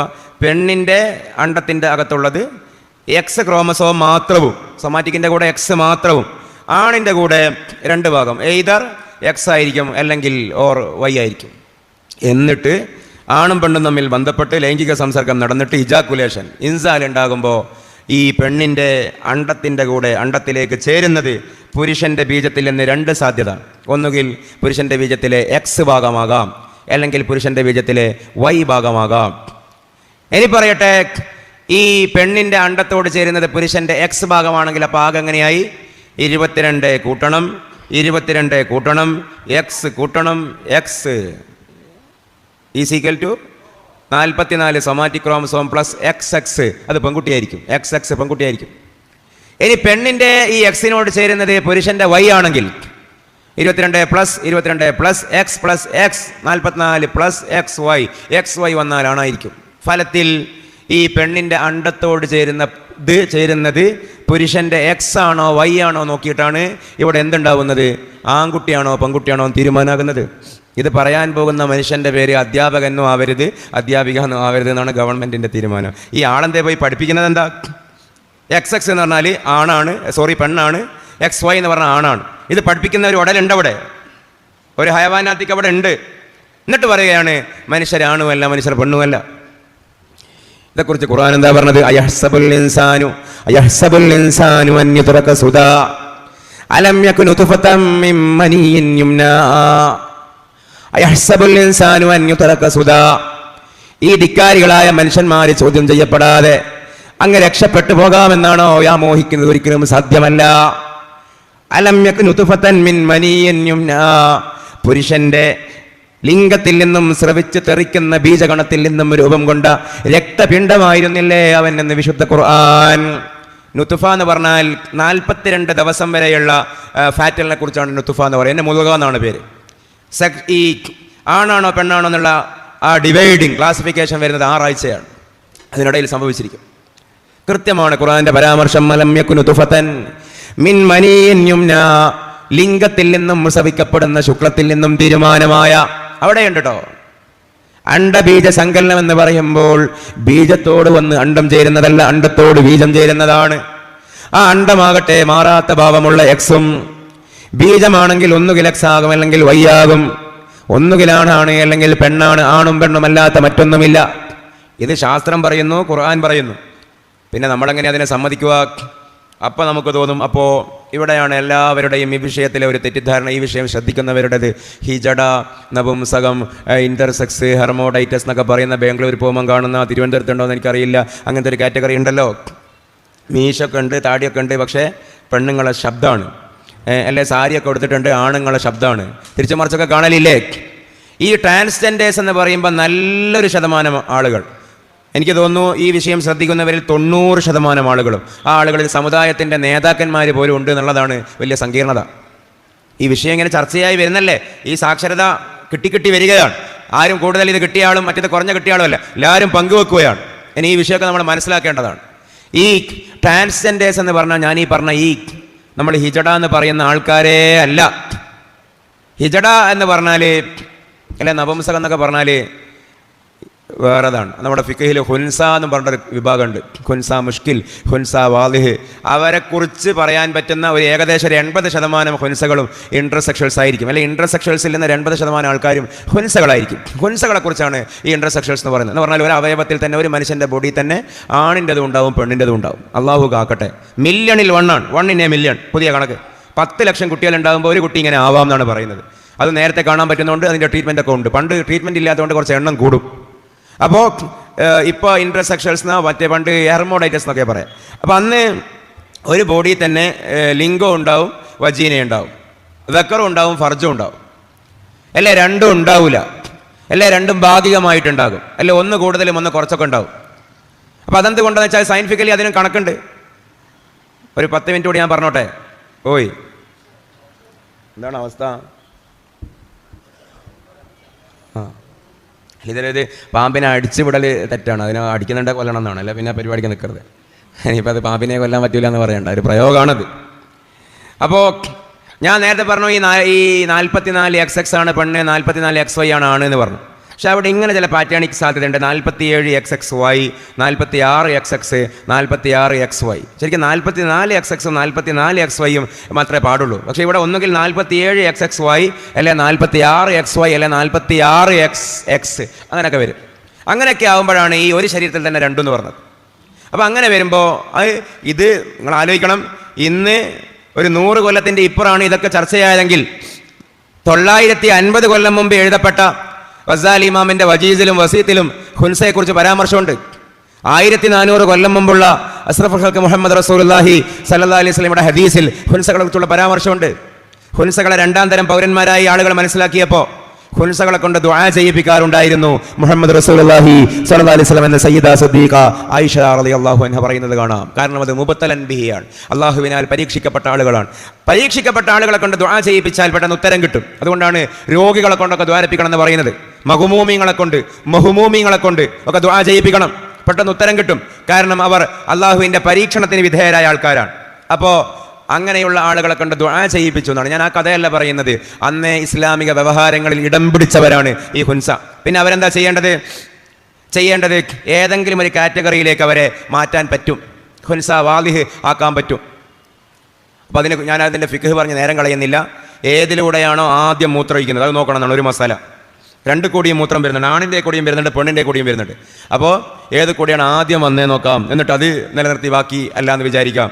അല്ലെ കൂടുതൽ ഏത് കോടിയാണെന്ന് നോക്കാം, എന്നിട്ട് കുറച്ച് പരിഗണിച്ചിട്ട് അതിനെ ഒഴിവാക്കാം. പക്ഷേ മൂത്രത്തിൻ്റെ കൂടുതലും കുറച്ചും പരിഗണിക്കാൻ പറ്റൂല എന്നാണ് ഷാഫി മദ്ഹബ്, മാലിക്കി മദ്ഹബ് അംഗീകരിക്കുന്ന അഭിപ്രായമാണ്.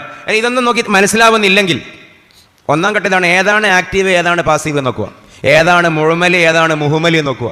എന്നിട്ട് മുഴുമൽ ആക്റ്റീവായതിനെ നിലനിർത്തുക, പാസീവായതിനെ ഒഴിവാക്കാം. ഒരു വ്രണം ഒഴിവാക്കുന്നത് പോലെ ജമൽ ഇബാറത്ത് കാണാം, ഓപ്പറേഷൻ ചെയ്ത് മാറ്റാം, മുഴുമലിനെ നിലനിർത്തിയിട്ട്. അപ്പോൾ അത് ഹുൻസ വാലിഹായി. അല്ലെങ്കിൽ ഏതിലൂടെയാണോ ആദ്യം മൂത്രമൊഴിക്കുന്നത് അത് നോക്കാം, അല്ലെങ്കിൽ കൂടുതൽ മൂത്രമൊഴിക്കുന്നത് അത് നോക്കാം. ഇങ്ങനെ ഒന്നും മനസ്സിലാവുന്നില്ലെങ്കിൽ ഞാൻ നേരത്തെ പറഞ്ഞ സെക്കൻഡറി സെക്ഷൽ ക്യാരക്ടറിസ്റ്റിക് 2ാം ഘട്ടത്തിലുള്ള ലൈംഗിക സ്വഭാവം പ്രായപൂർത്തിയാവുമ്പോൾ ആണുങ്ങളോടാണ് താല്പര്യമെങ്കിൽ, ആൺകുട്ടികളെ കാണുമ്പോൾ ഒരു ഇളക്കമെങ്കിൽ അത് പെൺകുട്ടിയാണെന്ന് വിചാരിക്കണം. പെൺകുട്ടികളോടാണ് താല്പര്യമെങ്കിൽ ആൺകുട്ടിയാണെന്ന് വിചാരിക്കണം.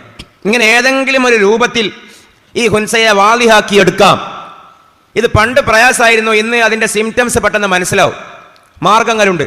അങ്ങനെ വാളിഹാക്കി മാറ്റിയാൽ പിന്നീട് ഇൽത്തിബാസാവാത്ത രൂപത്തിലുള്ള നിർഭയത്വം ഉണ്ടാവുകയാണെങ്കിൽ, അങ്ങനെ ഒരു മാഹിറായ ത്വബീബ് പറയുകയും ചെയ്യുകയാണെങ്കിൽ, ഒരു വിദഗ്ധനായ ഡോക്ടർ, നമ്മോട് ഒരു സെക്സോളജിസ്റ്റ് നമ്മോടെന്ത് പറഞ്ഞു തന്നു, ഇത് ഏതെങ്കിലും ഒരു ജെൻഡറിലേക്ക് മാറ്റിയാൽ, ഒന്ന് ആണാക്കിയാൽ അല്ലെങ്കിൽ പെണ്ണാക്കിയാൽ പിന്നീട് അതിനെക്കൊണ്ട് ഒരു പ്രയാസമുണ്ടാവില്ലെന്ന് തീർച്ചപ്പെടുത്തി നമുക്ക് പറഞ്ഞു തന്നാൽ, അനാവശ്യമായ അവയവം വ്രണം മുറിച്ച് മാറ്റുന്നത് പോലെ ഈ പാസീവായ ഭാഗം കട്ട് ചെയ്ത് നീക്കാം എന്നുള്ളതാണ് നമ്മുടെയും ഫിഖ്.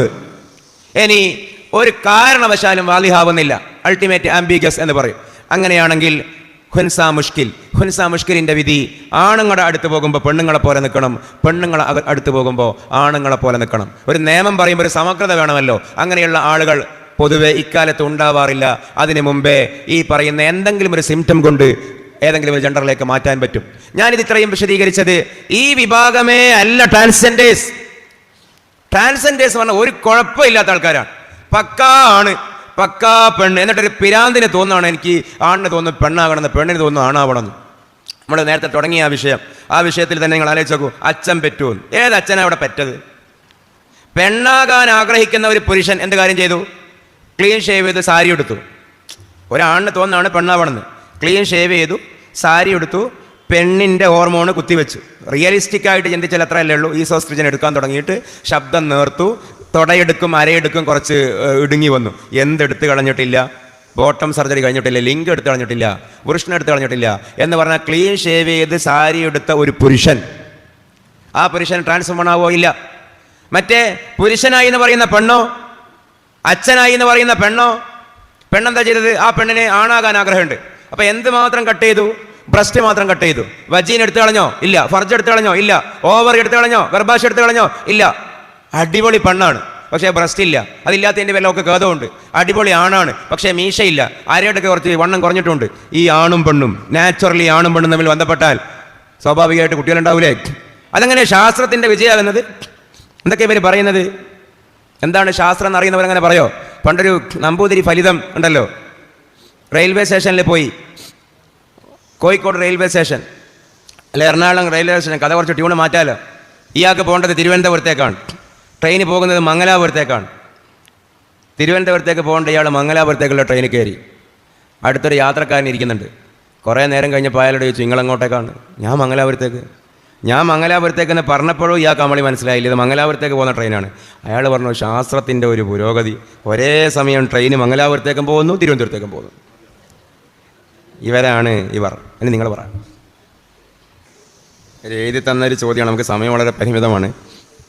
നാസ്തികത വഹാബിസത്തിൻ്റെ സന്തതിയാണോ എന്ന്? അങ്ങനെ നാസ്തികത വഹാബിസത്തിൻ്റെ സന്തതിയാണെന്നും പറയാൻ പറ്റില്ല. അതേസമയം നാസ്തികതയിലും അതേപോലെയുള്ള പ്രസ്ഥാനങ്ങളിലും പൊതുവായിട്ടുള്ളൊരു വിഷയമുണ്ട്.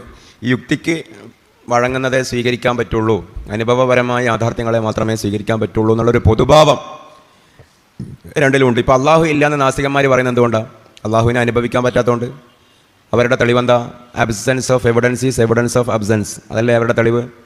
അള്ളാഹു ഉണ്ട് എന്നുള്ള തെളിവ്, ഉണ്ട് എന്നുള്ളതിൻ്റെ തെളിവ്, ഉണ്ട് എന്നുള്ളതിൻ്റെ തെളിവ് നമുക്ക് അനുഭവിക്കാൻ പറ്റുന്നില്ല എന്നുള്ളതാണ് അള്ളാഹു ഇല്ല എന്നുള്ളതിൻ്റെ തെളിവ്.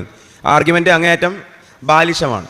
നമ്മുടെ ഒരു സാധനം ഒരു മുറിയിൽ വീണുപോയി, സാധനം കിട്ടുന്നില്ല, തപ്പിയിട്ടും കിട്ടുന്നില്ല. നമുക്ക് കിട്ടിയില്ല എന്നുള്ളത് കൊണ്ട് ആ സാധനം വീണുപോയില്ല എന്നാവുന്നുണ്ടോ?